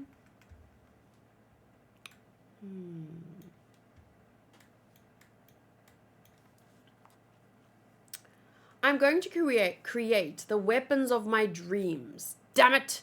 Just the ideas just won't stop coming. I need someone else here to help me write out what's in my brain. I need you to eat for me and go to the bathroom too. I've asked Hunky that, like, please go to the bathroom for me. I'm so busy, I just want to rage. Oh, another idea. I'm short-handed, I need more hands. If only there were 5 more of me. Oh, so then they're both undergoing treatments and they get to spend 6 months together. And she's drawing pictures and they're taking naps or sleeping. And what's happening here? What's happening here? Umit cargo ship. At some... Oh, maybe cargo is coming. Oh, okay. To the island where they are. This was... What is it called? Punk Hazard 8 or something. I don't know. I saw an 8 somewhere. But remember, it's not really Punk Hazard. The other Punk Hazard. And the Borsalina said the Punk Hazard isn't as cold as here. But when we were in Punk Hazard, it was cold, right? But this is a different place. So anyway, there's cargo ships taking stuff. And, you know, they're just... They're just going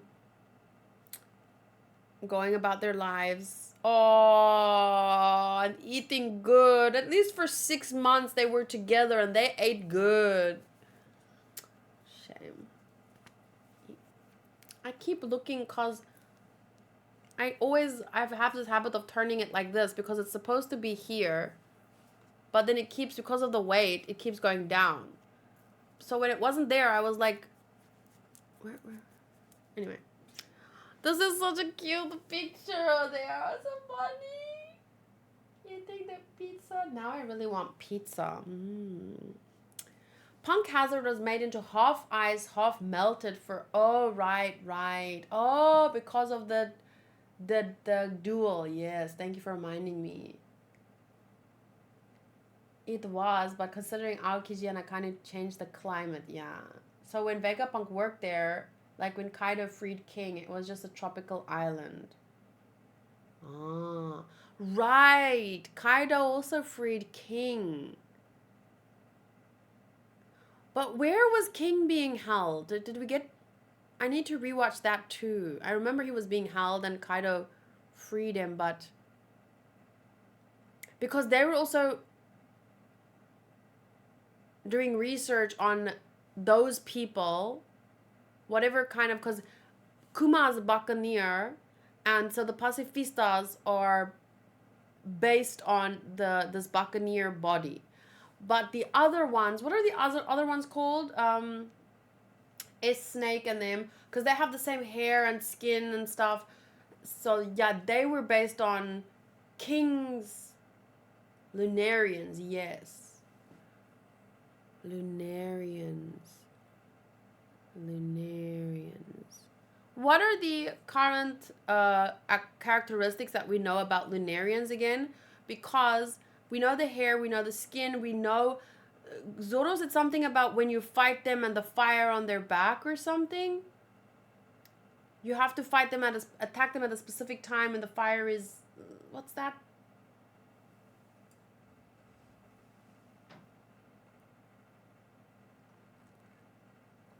Black Wings, fire manipulation.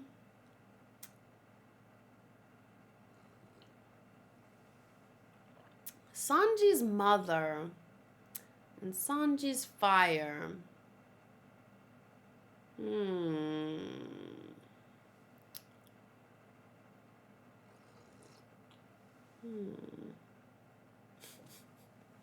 I should have a sips tea screenshot.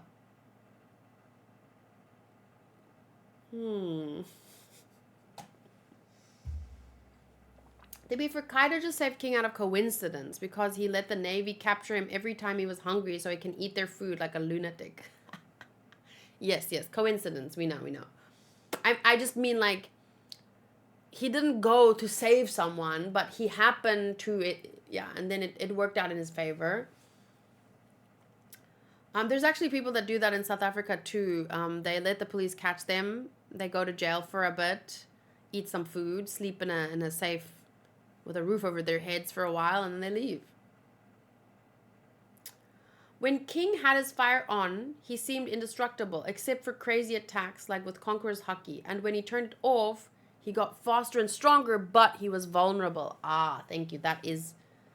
I need to take note of that somewhere. I'm probably going to ask again. There's a theory that what changed the climate at Punk Hazard during the duel between Akainu and Kuzan was the awakening of the Logia fruits. You mean their awakening? The magma and the ice?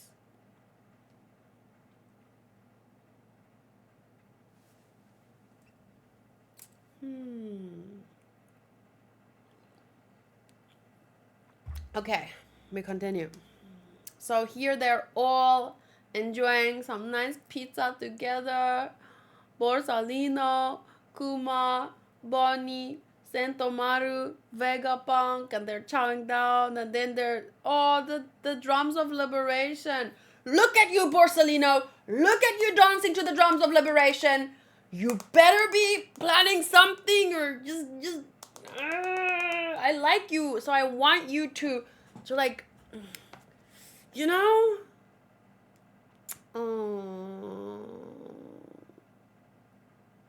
This is so reminiscent of, you know, like, remember in at Sky Island at the end when they were singing and dancing and drinking and eating? Yeah, do the right thing, Kizaru. I don't know, I just hope that he has a plan. I understand if you have to go along with an enemy's plan because you are part of the Navy and you are doing good stuff, but you have to work for the government, I just want him to know or acknowledge or, you know, say, I don't want to do this isn't right, but he prioritized being part of the Navy, being able to save people or something. I just want to hear from him that he knows.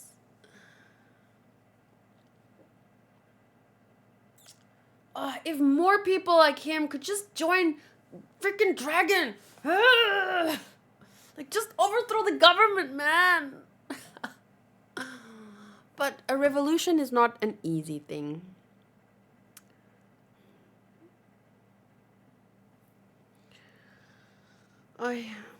People are scared. A lot of people are scared of losing their lives, like, because if a small group stands up against a big, powerful group, they have to be smart about it because they could easily be overrun.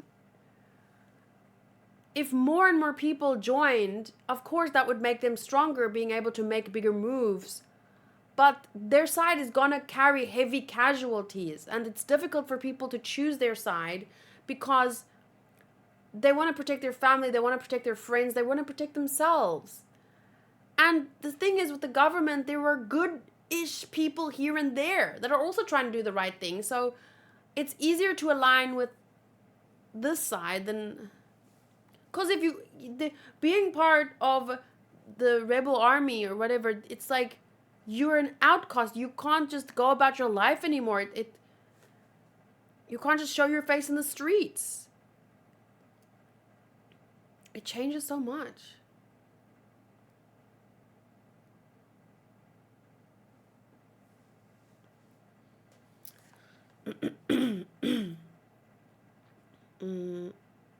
Okay, so 6 months later, they spend this great 6 months together, and then, good, you're coming along well. In another year, you should be as good as new.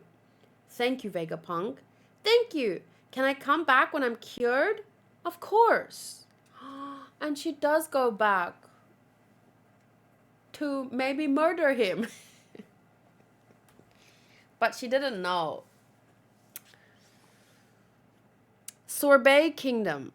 Kumachi, Bonney, it's been so long. Will you be living here again? In another year, I'll be all cured and I can go outside again. Well, isn't that wonderful? Just like you said, you'd be better By age 10. I hear you need looking after again, Bonney. It's old bag Connie. We'd be happy to take care of her, Kuma. Leave her to us, the Sorbet Kingdom Queen Dowager, Connie. Thank you. You're doing me a great favor. Who's that? Wait, let me just... You're doing me a great favor. I'm a pirate now, so I can't stay in the country. I don't think I'll be back for at least a year. What? That long? I'll write you plenty of letters. Good, good. And the next time we're together, we'll go and see the horizon at sea. Why'd you have to say that? You know you're not going to see her again.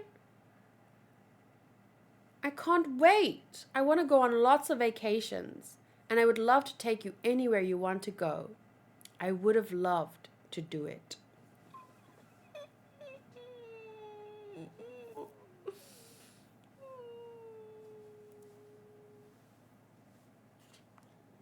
We'll take it from here, Kuma. Who's this woman? Khalifa. No, I'm joking. Cypher Paul Agent 8. Cypher Paul number 8. Intelligence Agent Alpha. She does look like Khalifa because of the glasses and the long blonde hair. I'll be here to monitor Bonnie's disease until she's perfectly cured on doctor's orders. We'll be handling everything from temperature checks to daily doses of medicine. Call me Nurse Alpha. Nice to meet you, Bonney. We can't have any suspicious strangers around before she's cured, so I'll want to see some identification from all of you. What a bother. And what did you build out front? That's our temporary housing. Shh. A child's neck can be crossed just like that.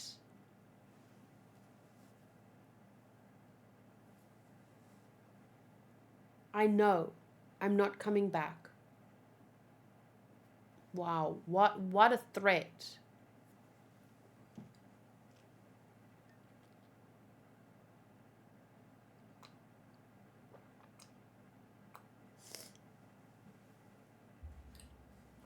Like, what I mean is, Kuma knew. And there was like 20 different ways you could have said that. You could have just, like, push up your glasses and remind him, Kuma, you know what would happen if you came back. That's all you really needed to say in the situation. But she, like, smiled and she crushed something. What a bitch! A child's neck can be crushed like that. No amount of sexy stockings and nurses' outfits could make you pretty again. You have an ugly soul. Hi, George. Welcome.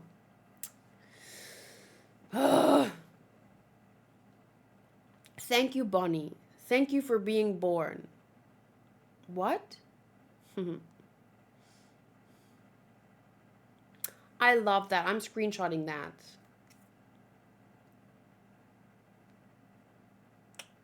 Holy crap. Take care. They called this pirate a tyrant, but Bartholomew Kuma was utterly faithful to his orders from above for his daughter. His presence among the 7 warlords terrified the pirates of the world. Young master, there's a new warlord. Oh, that was Doflamingo. Bochama. Because that's sugar behind him, right? Kuma the tyrant? Well, well. We've got another miscreant on our hands. Aren't you curious? I don't care who he is. Anyway, have you eliminated our witness to our rain-making ship?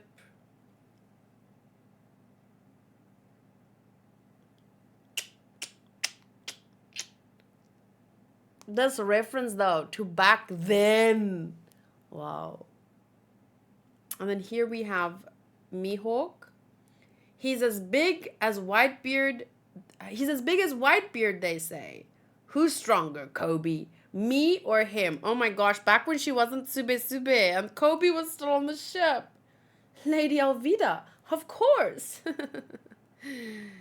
Jinbei. Ace and Jinbei. I hear they got a replacement already lined up. Oh my god! We have to see this movie! We have to see this movie! Make this movie! Make it, make it, make it, make it, make it, make it, make it, make it, make it! Oh my gosh!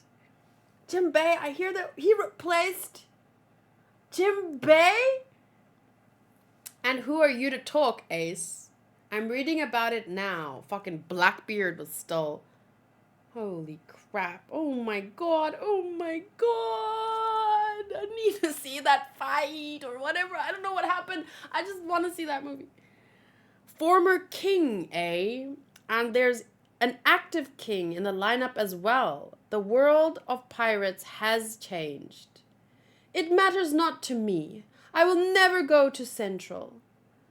But we still need information, Hebihime. A poor-palmed man? What kind of power is that? Even still, he's a warlord too, master.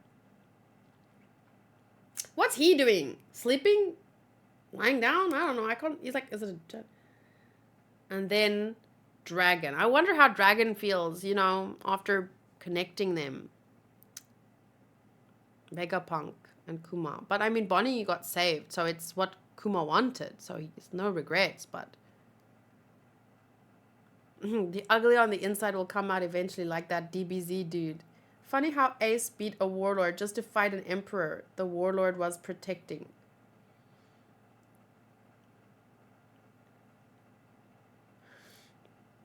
Just to fight an emperor the warlord was protecting. Do you mean... This line of Vida makes me think Whitebeard is also a buccaneer. Oh.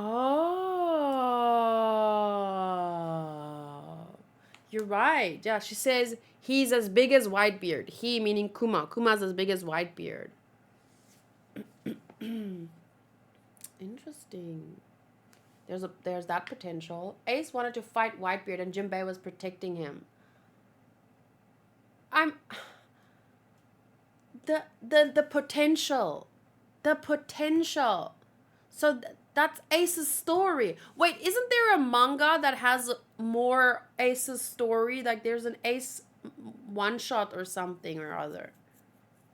But it needs to be a movie with voice actors and visuals and how much? I have my little I can look here in my purse. I can maybe offer about how much would this movie cost to make, because I got this at Nara Park. I love this. Shikamaru-kun. Shikamaru-kun. I think it's Shikamaru-kun. We saw a few details in the anime, but it definitely needs a movie.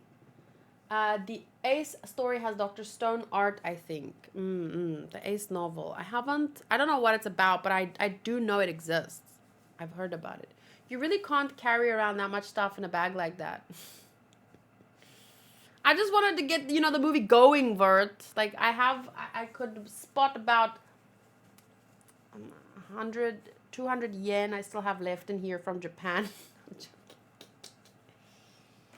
Anyway, hi Vert, nice to see you. So, aren't the 7 warlords servant... Wait. Aren't the 7 warlords servants of the government? Kuma would never do something like that. Oh, yes, he would. For his daughter. To Bonney, I am writing to you at sea. I'm gonna cry when this is animated. Oh my fuck. To Bonney, I am writing to you at sea. It is difficult to travel now, being more famous, but I'm doing well. How is everyone? While I'm traveling the world, how is everyone? While I'm traveling the world, I'll find many places to take you once you've turned 10. Man, he keeps the lie going.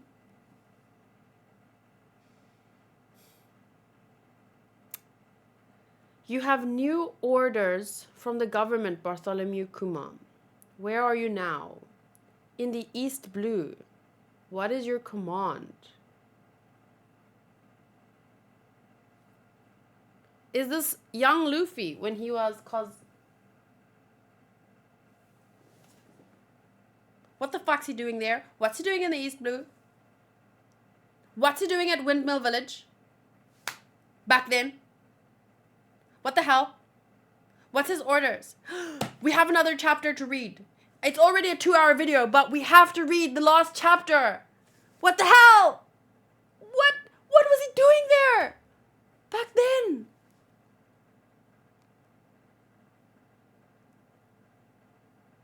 Dun dun dun! Oh my god! How is Oda this good? Okay, I have to go to the bathroom. Wow! Let me just see this. The cover! Wow! So beautiful. When did this come out? Like, when did this chapter come out in the anime? Like, which chapter of the anime... Excuse me. Which episode of the anime aired when this chapter cover came out? I'm just curious. It's really beautiful. Okay, but first I have to go to the bathroom. And then I'll come to read the last chapter for today, which is chapter 1101 to Bonney. Wow. I'm so happy Bonney has pink hair.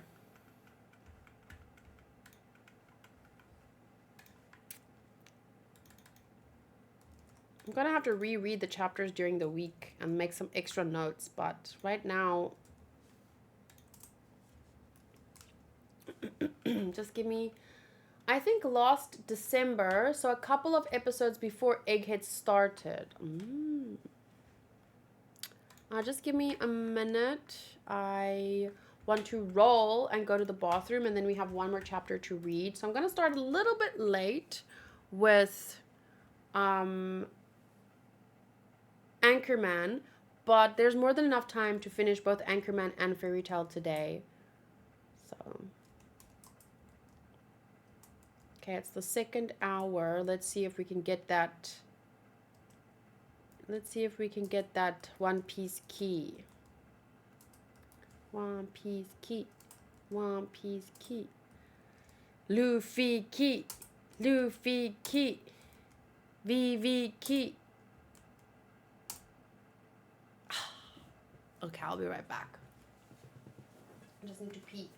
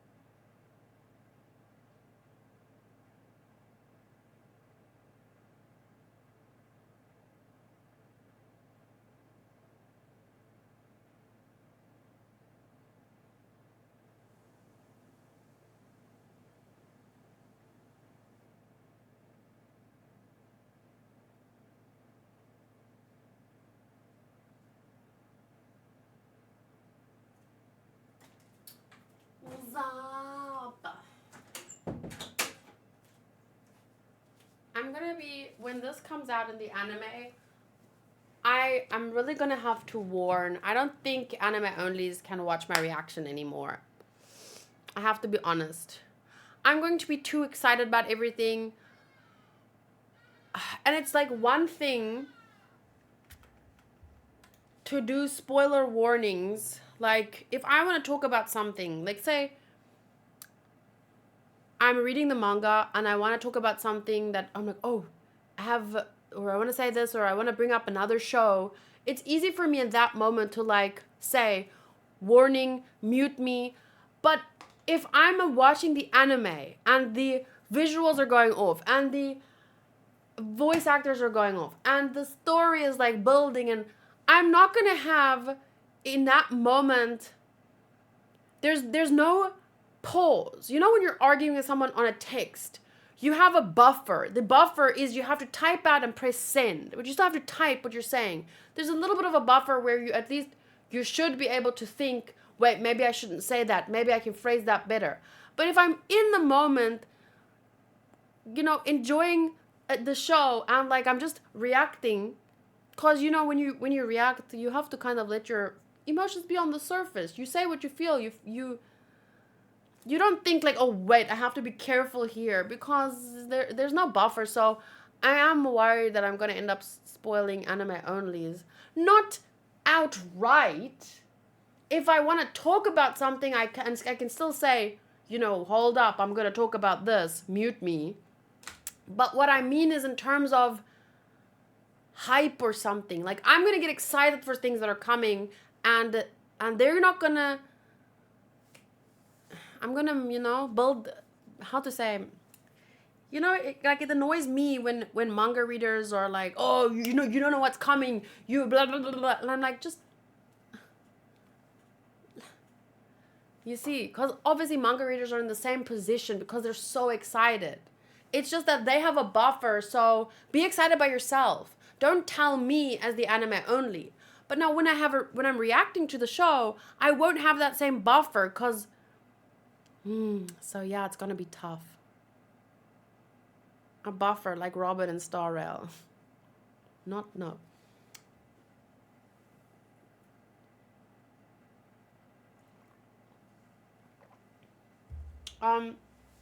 Teabag, if you want me to take another look at a page, please don't point things out to me. I don't really like that. I don't really like being spoon-fed answers from, even if I've read something, if I didn't notice something, I don't need you spoon-feeding me.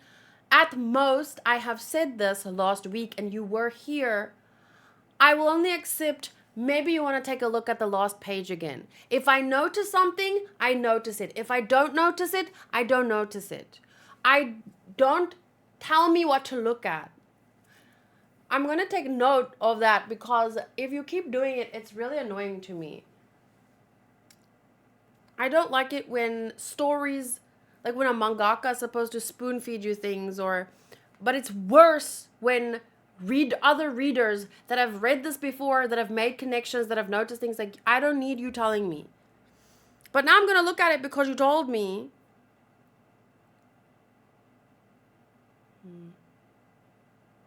Oh, that's cute. Just tell me to go look at the page again. It's just cute, but now I don't find it cute because you told me to go look at it. Last week someone did it nicely. Last week someone said, go read that page again. And then I found out, oh, jewelry, Bonney, your jewels. That was cute. But if I don't notice something the first time, I don't really want, you know, people saying, look at that, look at that, look at that. Like, let me have my experience for what it is. Okay, anyway. Chapter 1101 is called To Bonney. Did I type it here?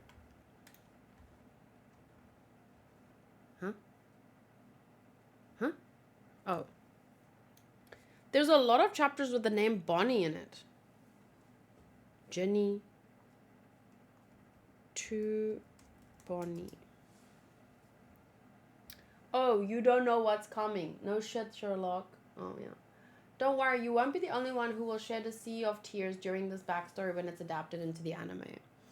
I don't know. I can never really guess what's gonna make me cry.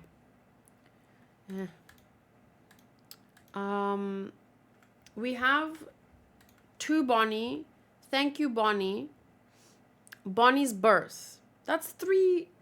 I mean, it's not many, like 20 or 10 or even. But 3 chapters with a character's name. I don't really remember characters' names popping up that much in... We had Jenny Kumachi. So it's kind of like the whole family. Like, this is the arc about this family, really. And what a great family they were. Even though, you know, they weren't married. They probably never even kissed. I don't know. Do you think they kissed? Because I know why he didn't want to get married to her. But...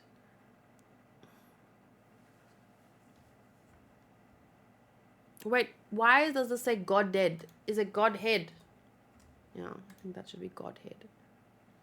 Kuma, Luffy versus Kizaru, Sentomaru. There is a lot of chapter names that is just a character name, but Bonnie's name appears 3 times. That's a lot. I wonder if that means something in like the larger scheme of things. It said go dead because you want him dead. I just want him gone, man. Gone. Or just, I don't know. Ugh. It's a whole conversation there, but, well, we won't go there now. Let's start chapter 1101, to Bonney. So, apparently, Kuma was there. Luffy used Gomu Gomu no axe. What is Kono? So he used Gomu Gomu no axe. And was he... Wait, sorry. I'm just gonna close this because I'm watching the rolls now and it's distracting. It's worth mentioning that Oda also has 2 daughters. And maybe that's why these chapters are so good. He pours his fatherly love into the pages of the manga. But One Piece is often this good. But I get what you're saying. It's not... Yeah. Especially because of, you know, Kuma being a dad. One of the best dads to his daughter. And yes, that could reflect Oda's own, you know, fatherly instincts, feelings. So yes, definitely. But One Piece has always been this good. I just wanted to say that. Yeah. Okay. So it looks like Kuma is watching Luffy, or he was just on the island and okay, he saw this and he said dragon. So he knows about Luffy. You seem extremely familiar with this particular nation. And I couldn't help but notice you traveling to a little village at the edge of the country and watching...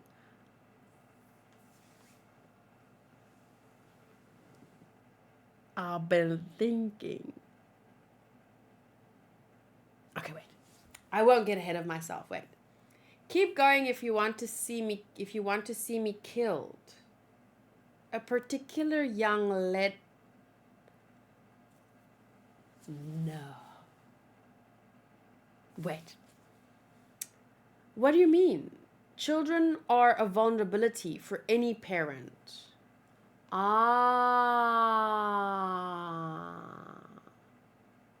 course, because especially for someone like them, you would do anything to protect your children. So if someone knew that this is your child, they would use that against you. Almost the way that the government used Bonney against Kuma.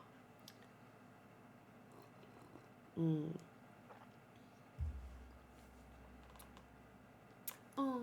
How old would Oda's daughters be by now? Probably like in their 20s, right? I wonder when he started writing... When he started writing One Piece, he hadn't met his wife yet. Because he met his wife and she was like cosplaying Nami or something.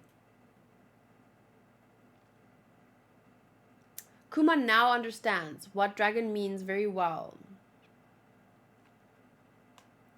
Wait. Then, wait. Okay, let me just get this straight. The government sent him on a mission here when he was wearing this white hat, right? He has been losing his will here as he's been going under the procedures. But this was longer ago when they paused. He was still with Dragon and they paused this region. And he just said, you seem extremely familiar with this particular nation. I couldn't help but notice you traveling to a little village at the edge of the country and watching a particular young keep going if you want to see me killed. So obviously he doesn't want anyone to be him to be linked to anything, okay? Okay. What do you mean? Children are a vulnerability for any parent, and that's what Kuma later found out, yes. Pardon me, I'll forget everything I saw. So now it's back. So that was a flashback within a flashback. Now we're back to the more recent flashback when Kuma has the white hat, okay? And he's part of the government. That's going to be a special attack. I'll use it when I'm up against really tough enemies. Oh, right. So this would be just before Luffy left. So he's been training, but he's had the devil fruit for a while by now. Okay. I'll use it when I'm up against really tough enemies. Once I'm a pirate, I'll be finding new crewmates, see? And there will be times when they get beat up or captured. When that happens, I won't hold back. I'll give him a gomu gomu axe, no matter who it is. See? What? Don't worry, I don't eat weaklings. That's so cute. Monkey D. Luffy, age 16. 16-year-old Luffy. So cute. I take screenshot. Done. Save. Grower. Sorry, I don't know how Grower. Something in the background there. Who's there? Pop. That was weird. I felt something that made me shiver. Pop. Oh, there was like a bear or something, and it was going to give away his position, and then he made the bear disappear. Pop. Maybe. Is there still a big boss lurking somewhere on this mountain? I'm going to find it and hunt it before I set sail. Pirates have pillaged a merchant ship and are now on the run. You know what's even crazier is that, you know, he gave up his freedom and stuff, his free will and his mind. But in the last time we saw him, he was climbing up Marijoa. Remember, right? So the government couldn't control him. So it's like there was still like a remnant of his free will trying to do something.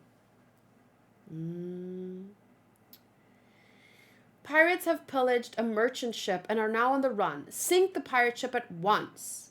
The pirates came out of nowhere. I'll take the injured to a hospital right now. Huh? Oh. Bartholomew Kuma, what are you doing? I'll go ahead. You catch up. Oh, thank you. I thought it would be too late for us. Kuma, come in, Kuma.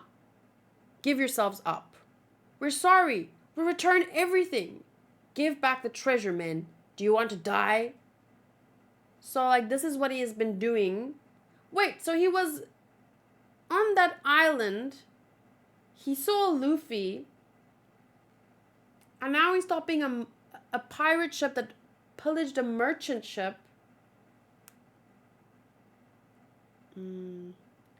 I'll go ahead. You catch up. I don't really understand what's going on here. This is just what he's been up to, I guess.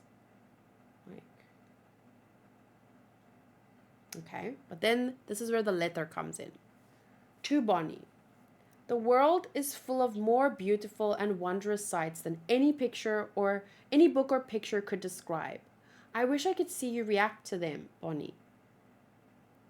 Sorbet Kingdom. Is it here yet? Is it here yet? Is it here yet? Is it here yet?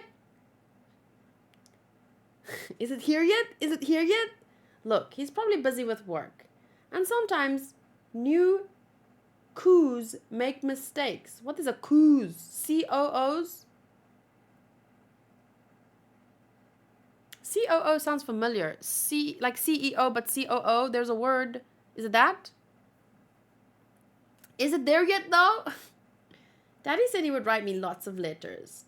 And letters take a long time. You're supposed to be patient. They'll get here eventually, dear. Coo, coo. Thud. Oh, you bitch! You stole the letters! Did she take the letters?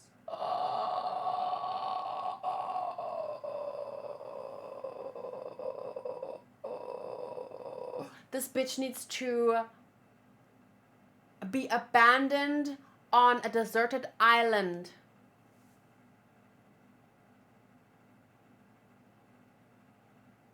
I fucking hate her so much. She is she's... Oh my god, I hate her. Another letter, huh? How many? Must be about 10 a month.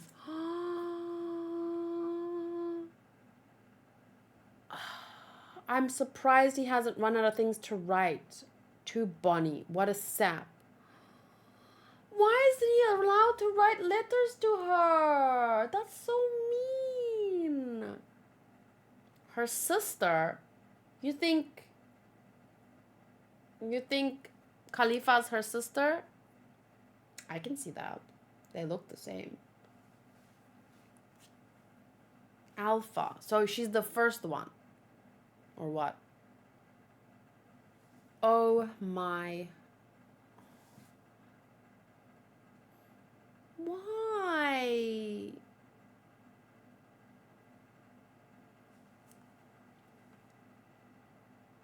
Lastly, Bonney, as I've said so many times, I send you all the love in the world. I will write again. Let's fight, Yo-Yo! Again, Bonney? What about Jenga? Fight me! It's time for your medicine, Bonney. Huh? Strange, I could have sworn she looked like a giantess. Is that the buccaneer blood?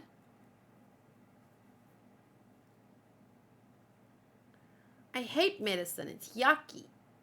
I don't trust this fucking bitch to give her medicine, though.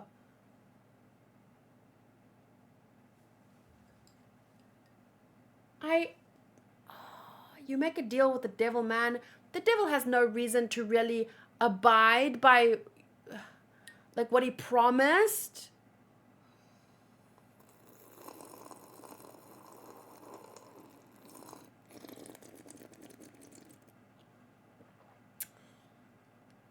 Fuck's sake. I'm gonna chuck my phone through the window. If she ends up like not giving Bonney the right medicine or something, she already isn't giving her letters for no reason. That's how you know it's working. If only she knew it's just bitter syrup. Yeah, better just be bitter syrup. Old Connie. Why is it bad if they found out about Bonney's powers? It's just in case. A wise hawk hides his talons. Navy Science Division, Laboratory 8. That's amazing, Doctor. It's already done? After this, I'll just use island clouds to make the lab and the brain float. The truth is, half of what you see is actually a hologram. This had been my plan for Punk Hazard 2, truth be told. And you've gone and gotten a fresh cut. Stussy. What? Stussy. I still don't know how to say her name, but I like Stussy. Peh. It's so light I could just float away. Are you really going to lose your free will, Kuma? I wonder which is worse off. A clone with her own will, or a real human with none. A real human with none. Stop that, Stussy. You are a human being. Ah, that's why she said her, because she's referring to herself. Sotos! What does it mean to lose my free will, Vegapunk? However you might be following your orders from the above, however you might be following your orders from above at the moment, would you continue to do their bidding if they told you to kill a child? Losing your free will in this research project means losing all of the memories and human emotions you've gained to this point in your life.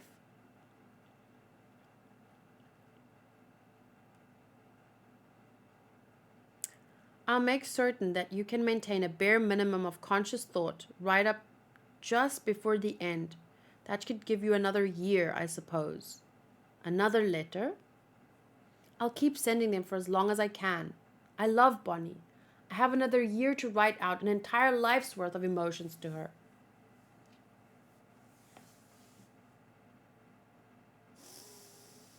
She never got any letters, guys. What the fuck?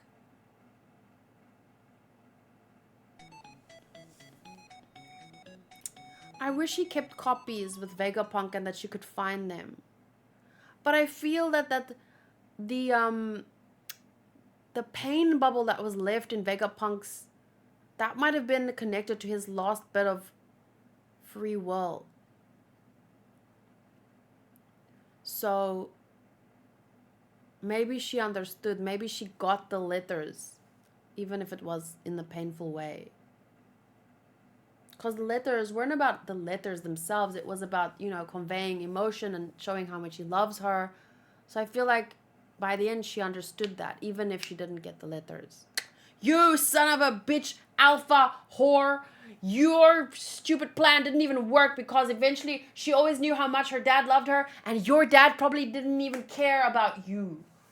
That's why she has daddy issues, this bitch. Her dad never wrote the letter to her. He abandoned her, and that's why she was jealous of Bonney being loved by her father.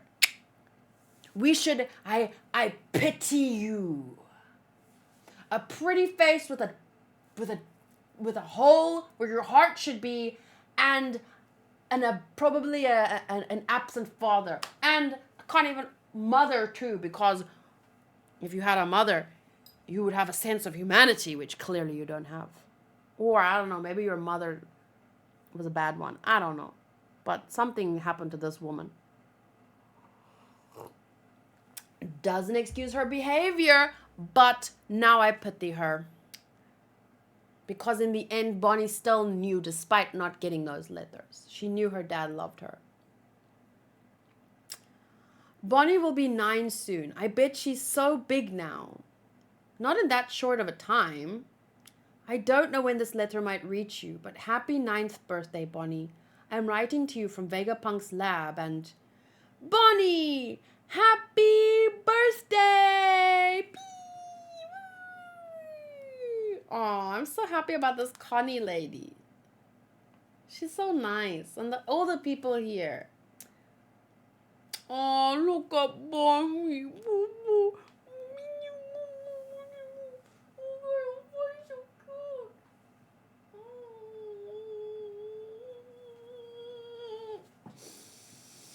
Look, it's one of old Connie's special huge pizzas. Yay! Thank you! It's so good!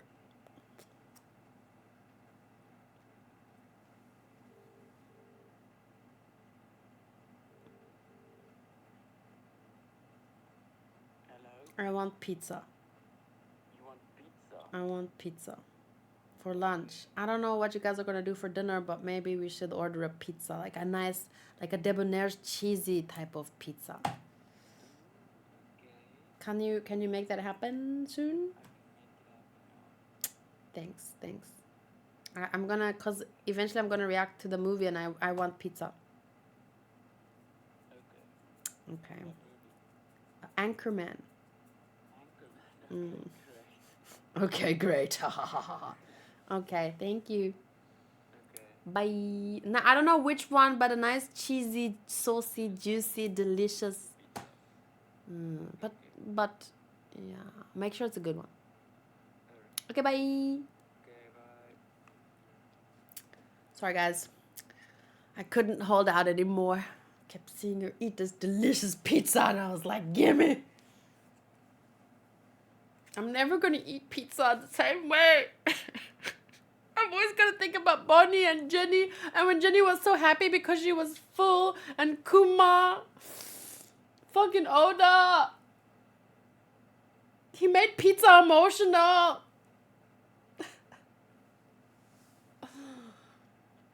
Okay, so then she, in the middle of the night, she goes and rummages. No letters. Don't you know I'm 9 now, Daddy? You said you'd write me letters. And then she cries. Half a year passed without a single letter reaching her. Revolutionary Army HQ, Baltigo. Kuma saved you again? Yes, he helped the army out of a pinch. Then he left without saying a word. If that's what Kuma wants, don't go after him. I'm sure he has his reasons. Ones he can't tell us. Kuma saved you. He helped the army out of a pinch and left without saying a word. Because he still had some free will left. I'm all better. Look, the stones are completely gone. I want to go outside. You can't, Bonney. We're under instructions to care for you until your 10th birthday. Liar! Vegapunk said I'd be better in a year. And it's been a year now. You still can't. Alpha and her ilk are secret agents of the government. Oh, she's whispering. Huh? Shh. They were drinking in town and someone let it slip that your disease is already fully cured. Really? I don't know what else they've got riding on this, but it makes no sense that they'd keep you locked inside for another half a year when you're all healthy now. And it doesn't make sense that Kuma wouldn't write a single letter either, does it? Yeah! I've already told the men about this. Go to the harbor, Bonney. Go to sea and find your father. But they're putting themselves in danger. I can see him. Gyogyo and his crew aren't ordinary fishers. They're legendary ruffian fishers who strike fear into pirates and the beasts alike. They'll help you reach Kuma. I'm off to the palace. Take care, ma'am. I'm outside. There's dirt, grass, sky, sun. Bonnie's walking in the light of day. It's a miracle. There is a God. To think this day would come. This way, Bonney. Gyogyo, tots, potato. Tots and potato? What does gyogyo mean? Is it another form of potato? Because tots, like tater tots, and potato is a potato. Look, I'm outside. I'm worried. I'm so worried.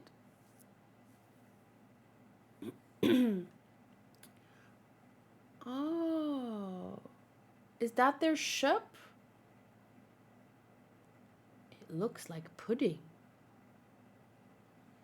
Where is Bonney? I just saw Queen Dowager Connie outside. Oh, she dressed up like her. Oh. It's me. I'm Bonney. Don't lie to me. Oh my lord. Oh, they're putting themselves in so much danger now. Cause it's not like they're giving her as much time as possible to escape. So they didn't just like pretend like she escaped while they were busy doing something else. And even if it was an accident, these kind of people would destroy Sorbet Kingdom. If they have any means to do it, they will do it. But they're giving Bonney as much time as possible to escape, so sit sail. Oh, I see. So Bonney leaves saying that she's going to the as if okay. So that's why it's a good thing they hid her power, because now they could use it for her to get away. Stop right there. It's Alpha. If you would wait.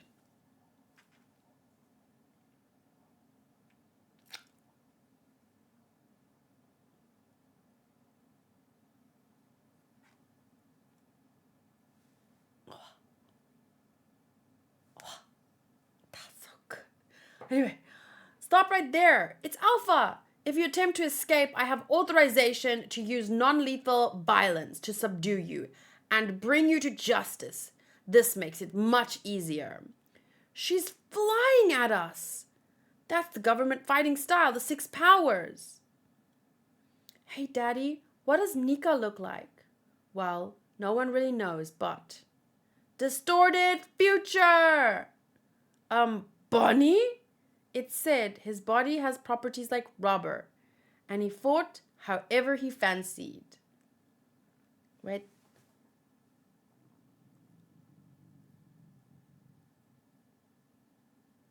Did you guys hear that? My tummy literally went... Whoa! Yeah, you bitch. Get punched in the face. That's the least you deserve. The escape of the hostage Bonney was relayed to the government at once, and eventually the fishing boat in search of her... Wait, you son of a gun. The fishing boat in search of her father transformed into a pirate ship in the New World, much like Luffy's. Oh, yeah! This cow. Nika-like future. She said distorted future Nika. Like Nika-like. So she was... Her power is quite an interesting one. She can change her age. She can change others' ages too. That's a big thing. Because not everyone's devil fruits can like affect someone else. Right? But I mean, I'm sure she didn't have that power here. Like maybe she developed it over time. But that's a big power to have. She can make other people old and young.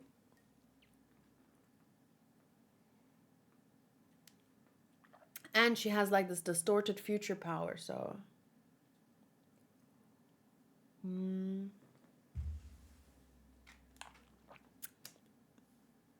What was Kuma doing on the island on Windmill... in Windmill Village? Because it looked like the government sent him there. So that's how her and Gyogyo... it transformed into a pirate ship in the New World. And she got far. I mean, she was one of the new generation. What were they called? I found you your future figure too. Check it when you are done. Aww. Reader's request. Bonney eating hot dog after hot dog being painstakingly prepared by ravenous wolves. That's cute. That's a cute picture. Okay, wait. Soto sent me. By the way, to add to all feelings, look at this figure. Oh,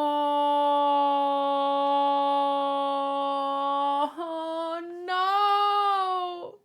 No.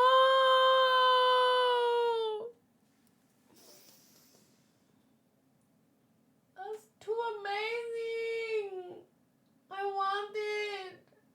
Oh my god. The worst generation, yes.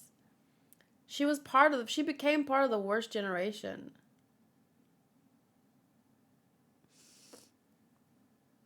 So cute. Guys, this is too much. Holy crap. So Connie helped her escape. This alpha bitchy. I wish I could beep out all the times I said bad words in this video. I think it would be hilarious, but I don't edit these, so to Bonney.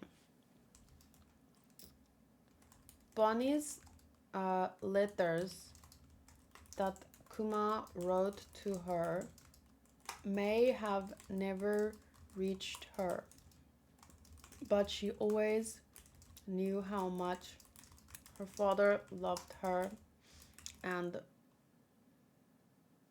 for that, how do I say this?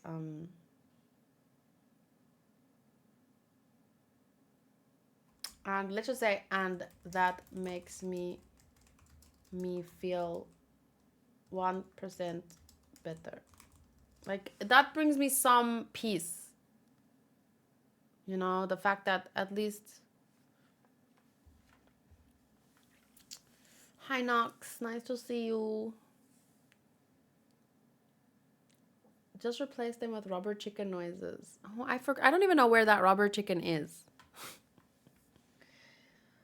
So, Bonnie's letters never reached her, but okay.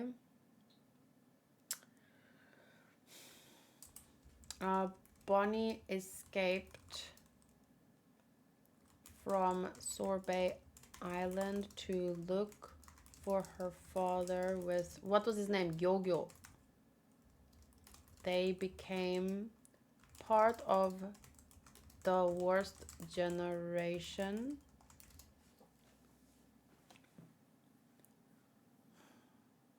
That's wild. Like, her intention was never to become a pirate, never to go after the One Piece, never. All she wanted was to find her father, right?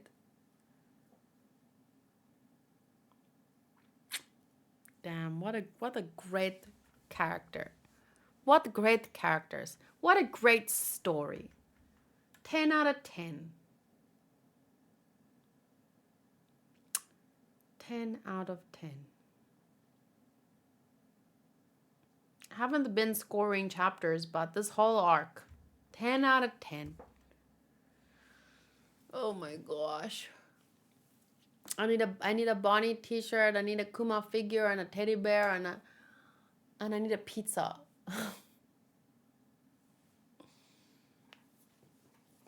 Okay, so that was absolutely amazing. 2.5 hours for just 3 chapters, but there was so much information, there was so much emotion. These characters are just so well thought out, well written. Like, I feel so invested, right? Like, these are real people. I just want to hug them, but they're not real. But there are people out there. Even if there's no Bonney, even if there's no Kuma, there are people with the characteristics of these characters, and I like that One Piece. It's a story that tells you and is realistic about all the darkness in the world, but at the same time it reminds you of, you know, the best kind of people, the ones that we should still be fighting for, you know, kids and Kumas,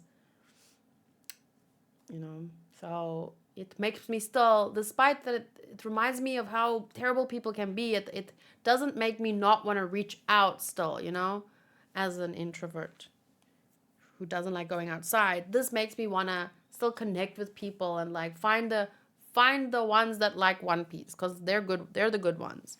Even though, you know, some of us can be quite annoying at times, and that's all of us, that doesn't change the fact that, you know, at the heart of it all, we have something good to fight for, something to protect. So when push comes to shove, yeah, our bonds should remain strong. You wanted to take a peek at Blackbeard on episode 966, but I'm not sure if you have time. I have a moment.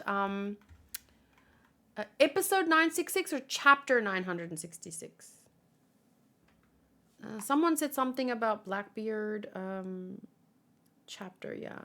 Can you imagine your reaction now? All this backstory and everything while watching this moment with that VA. Oh, no. I know which link you shared. No. Yeah, that hit a bit different. But we're gonna get it again. Oh, well, anyway, this video is not available in my country. Weird. What the Crunchyroll. Kuma's paused.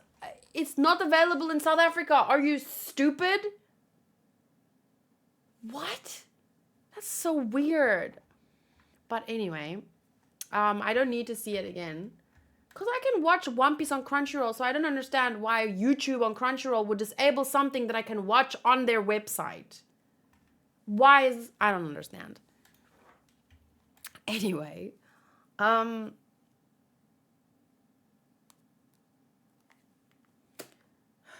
chapter 966. Your country doesn't want you to press today. Yeah, maybe that's a nice thing. But, yeah, he has Bakugo's VA, right? It's gonna be tough to see because they will use him again. There's a reason why they cost him. My heart, I'm not prepared. People are gonna say, if I don't end up crying, people are gonna say it's because I already read the manga, but I generally don't cry. In fact, I have a better chance now that I'm more attached to the characters of, you know, feeling emotions like that. But I'm just not a crier. Although I did cry last night for like literally 90 seconds or something, cause I was dead tired, but I couldn't fall asleep, and I was starting to get sick again, and then I remembered how bad I felt on Wednesday when I was at my sickest, and then I was like, I don't want to get sick again, Hanku, knock me out, just knock me out, I just want to fall asleep, for like, that was me, for 90 seconds, and then I knocked myself out mentally, and I just went, shh, shh, shh, shh. And I couldn't fall asleep, but at least I stopped crying. I don't like to cry because it's so sad. You should have recorded yourself and edit that cry into reactions next time. 966. 966. So it's something to do with Blackbeard. I don't remember. Someone said an Odin's flashback. Gang Veggies, Oh My Family, Volume 16. Veggie's wife, Chiffon, is arrested by...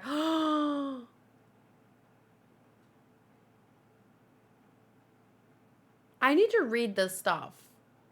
When I catch up with the chapters, I'm going to go back and read all the cover stories. All the cover stories. All of them. Okay, so this is some flashback. Wait, which page am I looking for that has something to do with Blackbeard? They just said he doesn't sleep. Okay, so this is where Odin is fighting Whitebeard. I wouldn't want you guys to get hurt. Wait. Huh? Yeah? What? No? Wait! Oh, right. Whitebeard is fighting... Odin was with Whitebeard. Whitebeard was fighting Goldie Roger. Let me just read it again. I'm starting here on page 3.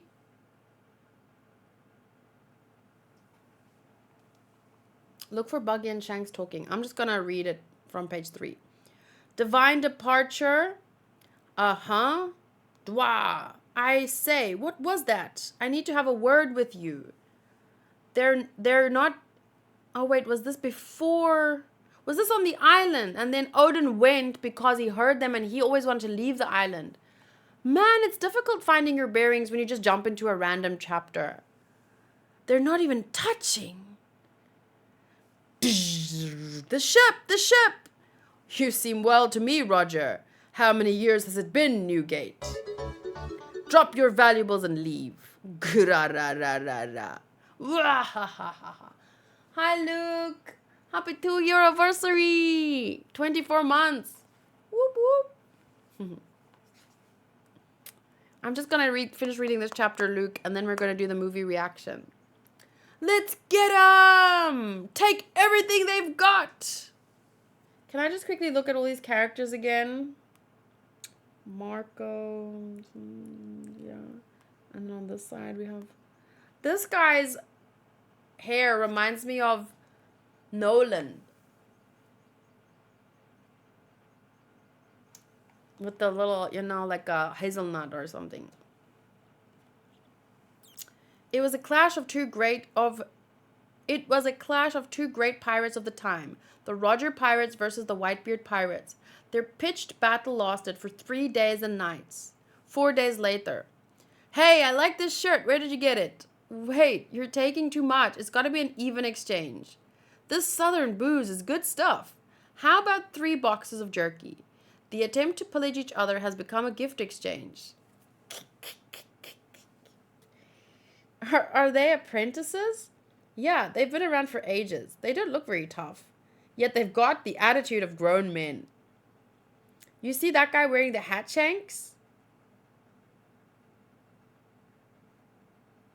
Who's this guy? He looks like a bulky Usopp with a slightly shorter nose.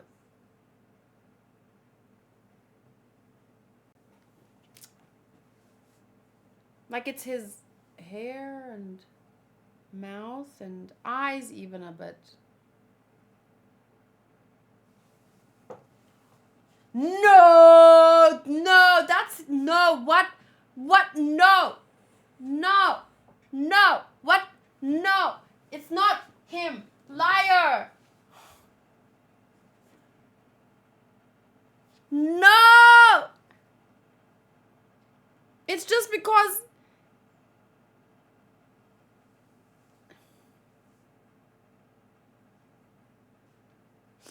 okay, he doesn't look like Usopp there. It was just that one picture. It was the perspective because, look, doesn't he look a little bit like him though? Doesn't he? Maybe it's, I don't know. Fuck that bullshit, man. You see that guy wearing the hat shanks? Yeah, I heard he didn't sleep a wink during the ceasefire last night. Or the night before. Huh? Why not? They say he's never slept in his life. What? Is that even possible? Lucky guy. I bet his life has been twice as fun.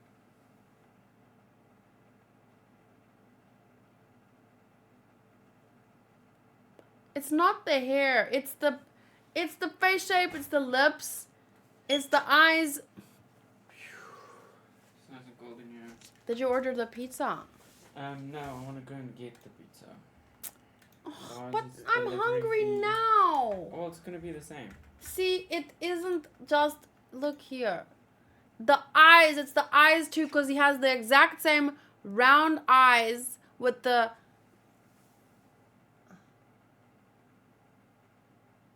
And it's the hat, it's the hair, it's the lips, it's the teeth. But obviously he doesn't look there. It's just because his skin is a bit darker because of the shadow here. Here, he's not in the shadow, so it's lighter. There, he actually looks like Hody or someone. I don't want to, I might be seeing, okay, there we go. Please go get me my pizza. Are the cats inside? Yes. I'm so hungry right now. My tummy went goro, goro, goro, goro, goro. I'm also hungry. Where are you going to get pizza? Dibonairs? No, but that's all the way. They can add cheese. How many are you going to get? Just 2. For lunch. But I still want dinner. I know. Are they going to make something? I think so. Okay. Well, if they don't, there's soup. I can eat soup. I just want something for dinner and something for lunch. Okay. See you now. Okay. Don't go fast, but hurry. I don't think we have a Roman's pizza here.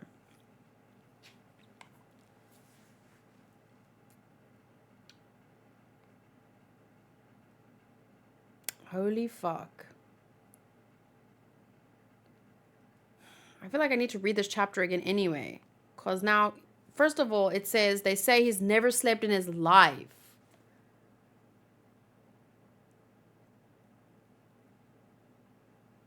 So that means that some weird theory about the day and the 2 devil fruits. Oh my god.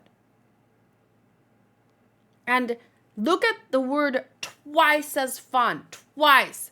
Because he's maybe 2. You see what I'm saying? So you can read this? Yes, I can. I can read it. But how do you possess this text? This is the secret cipher of the Kozuki clan of Wano, passed down strictly from one generation to the next. It all started 13 years ago when we landed on the destination of the final log post, where no one had ever reached before. A place called Lodestar Island. Lodestar. Like Lone Star, but Lode. What? But when we disembarked, giddy at what we might find, we realized that it was not the final island. The needles of the log post went haywire, refusing to point out a new destination. But there's one more island, and only by going there will the unprecedented circumnavigation of the globe be complete. It's 4 red stones carved with these letters that point the way to this island. The only problem is, these are the poneglyphs that the world government has long forbidden anyone to read. You thought they were just cultural relics. Think again. They're the map that we need. The stories say that a vast treasure awaits on the final island, and the government says don't go there. That only makes the stories about treasure more believable. If we can get there, we'll be the greatest pirate crew in the world, in both name and fact. In the world, that's right, and I'll be... Huh? I'll be... Freaking Luffy all over again. He also said something before, remember? And then they trailed off. I want to see something they show in the end of credit of movie Film Z about Blackbeard. You want me to see something or you want to see something? There's an old theory about him I think you would really enjoy when you are able to theorize with us. Well, I'll get there. Are you serious, Roger? What are you, a little boy? This is something that Luffy said too. I don't know if it's the same thing, but it was said in the same way and it was trailed off. They were on a ship and then the episode ends with Luffy like lying on the ship with his eyes closed and we didn't get to hear everything of what he said. I froze stiff. For the second time today, I was stunned. Who was this man? Help me out, Newgate. Let me borrow Odin for 1 year. It's the last thing I'll ever ask. With him, I am certain that I can reach the final island. What do you mean? Don't I get a say in this? Uh-oh. Captain Roger's bowing his head to Whitebeard. That can't be good news. Don't do this, Captain Roger. He's our enemy. Please, Odin, come along on my travels, just for 1 year. Stop, don't embarrass yourself like this. Absolutely not. Are you trying to steal my family from me? Pops is angry. But my blood cried out to me. It asked, why can the Kozuki clan read these letters? Why have I come across Roger at this moment in time? White Kichi. Before I knew it, the words were leaving my mouth on their own. I want to go with him. Will you let me? You don't seem to like that. Of course I don't like it. You and I are practically brothers. It's only 1 year, White Kichi. Please. We choose to remain here. We like this ship. We'll wait for you to return to it. Neko mamushi mo no danna ni ai ni yoko o. I love Neko mamushi inu whatever something she. We should all be free to choose. We should all be free to choose. Isn't that all of One Piece just summarized up in there, right? Like one of the main tenets of One Piece, and then when you think we should all be free to choose, and then you see Kuma giving up his freedom, but he chose to do it for his daughter.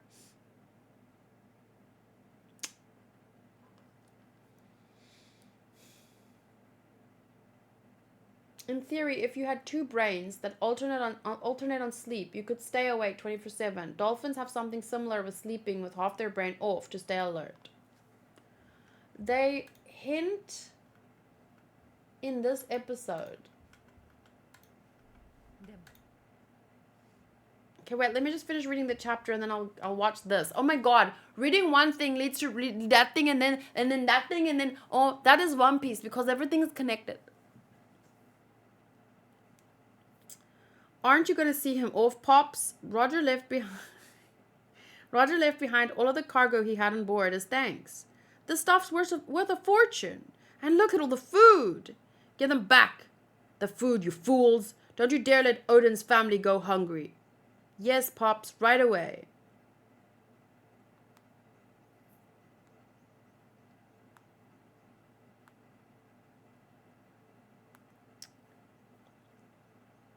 Look at that lady.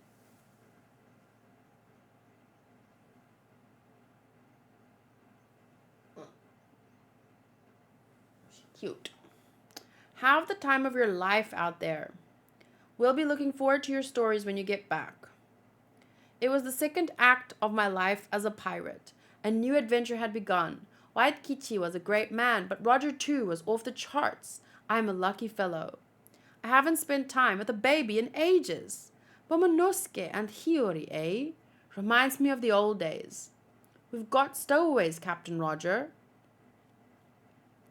Dog Storm and Cat Viper, what are you doing here? We just have the most fun watching you on your travels.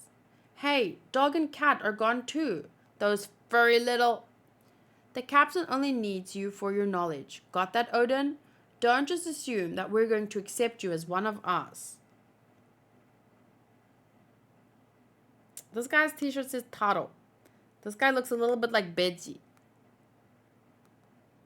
Look at Shanks' face and Buggy.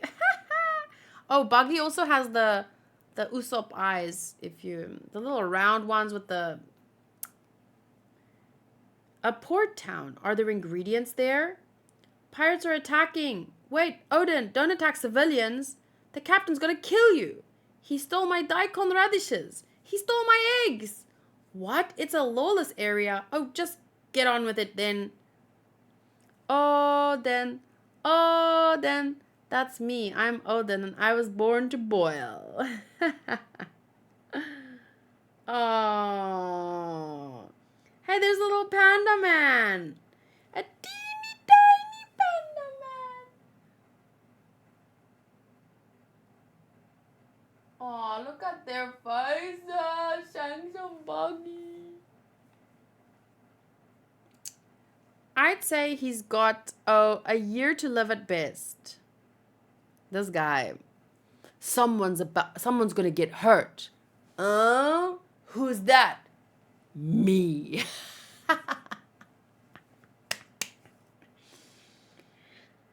What? So you see, I've got to make my time left count.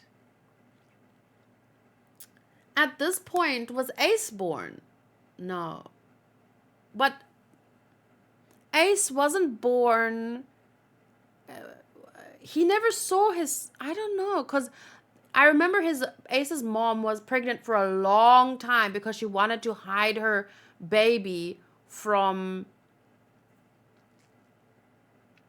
the government, because they were looking for him, like, when they were looking for Moses, and they killed all the babies that were born around a certain time. But then she kept him. She stayed pregnant. And then he was born and she died. But I don't remember that because he said, I hadn't seen a baby for so long. I wonder when was the last time he saw a baby. Okay, so you see, I've got to make my time left count. It's an island in the sky. The world is vast, even bigger than before. Not even the gods would believe that people live in the sky. We found it, all the way up here. Look at all that gold. How are we going to take it back with us, Captain? You can come back and get it when you're Captain, Buggy. I don't have time for this now. Aw, not even a little piece? It was easy to find the stone. It's just packed full of strong voices. Voices. It's a story of great power, isn't it? The message speaks of a weapon named Poseidon. Carve a message for me. I hereby guide this document to its end. Just like that? Well done, Odin. Show it to me, Roger. Show me the final chapter of your grand life-spanning adventure. And this is the text that we see. Odin wrote the text that we saw all the way back in chapter... I don't even know. That's so crazy. Holy crap. Okay, and then And then Soto said, what did you say? They hint at it in this episode. They hint at what? I saw clearly at that moment. That's what my brother's dream is.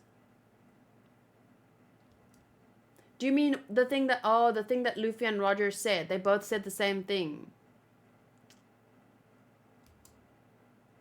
So I'm just worried for copyright, so I'm kind of like, let's out of this country and live freely. I want to see the world out there and write a book about it. I'm happy. Ooh, a book. I'm happy to study if it's about sailing. I'm going to become a pirate and defeat all the others and become the most notorious. It doesn't matter if the people in the world reject me or despise me. The government is telling us not to go to the Lost Island, which could hold a vast amount of treasure. Treasure.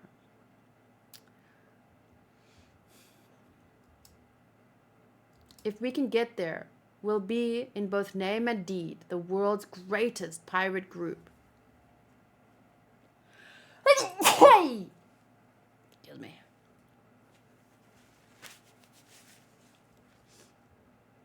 I got it. That's right.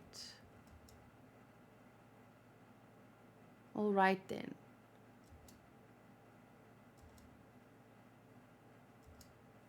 The red and the blue.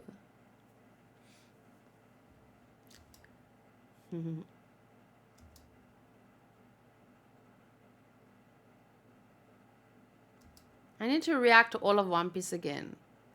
That's a child's fantasy. You're funny, Luffy. Oh my gosh. It's like when you read the stuff and when you simmer in the depth of One Piece, these kinds of scenes, they're just that much more meaningful, wild, beautiful, amazing. Charlotte Coolhorn's Chero. It's like, damn. So when are we rewatching One Piece again? As soon as I catch up with the manga, as soon as I catch up with the cover stories, I'm gonna start Sundays. Okay, but we're gonna get new episodes eventually again. But I need to have a rewatch One Piece day. 4 episodes, 5 episodes, 6 episodes. Like, come on. I need to relive it, man. I've only ever watched it once. It would be so amazing, but I just wish that... I wish I could share it with, like, someone. Not Hanku. Not... I want to sit here, like, with a mini-me, and then I want to experience it again, and then they have to experience it for the first time, and then I want to hear what they say, and I want to... Wouldn't that be nice? Anyway, thank you guys for watching or listening to my 3-hour video. One Piece is really vast and amazing. I'm looking forward to next week's 3 chapters, starting with 1100 and... It is a bit tough for me to take notes while reading, while talking, and it's already taking me this long, right? It's already taking me 3 hours to read 3 chapters. Okay, well, technically we reread quickly another chapter, but still, it did feel like an hour. Time flies when you're having fun. So we reread 1099 to 1011. No, 1101 numbers. So next weekend is the 1st of December. I will start with 1102, 1104. So that's what is next weekend. And then I'm also going to be reacting to the Spy Family movie sponsored by ABC. You know that it's like a Christmassy themed one apparently because it's December. So it's going to be really great. Anyway, thank you and see you then. Bye.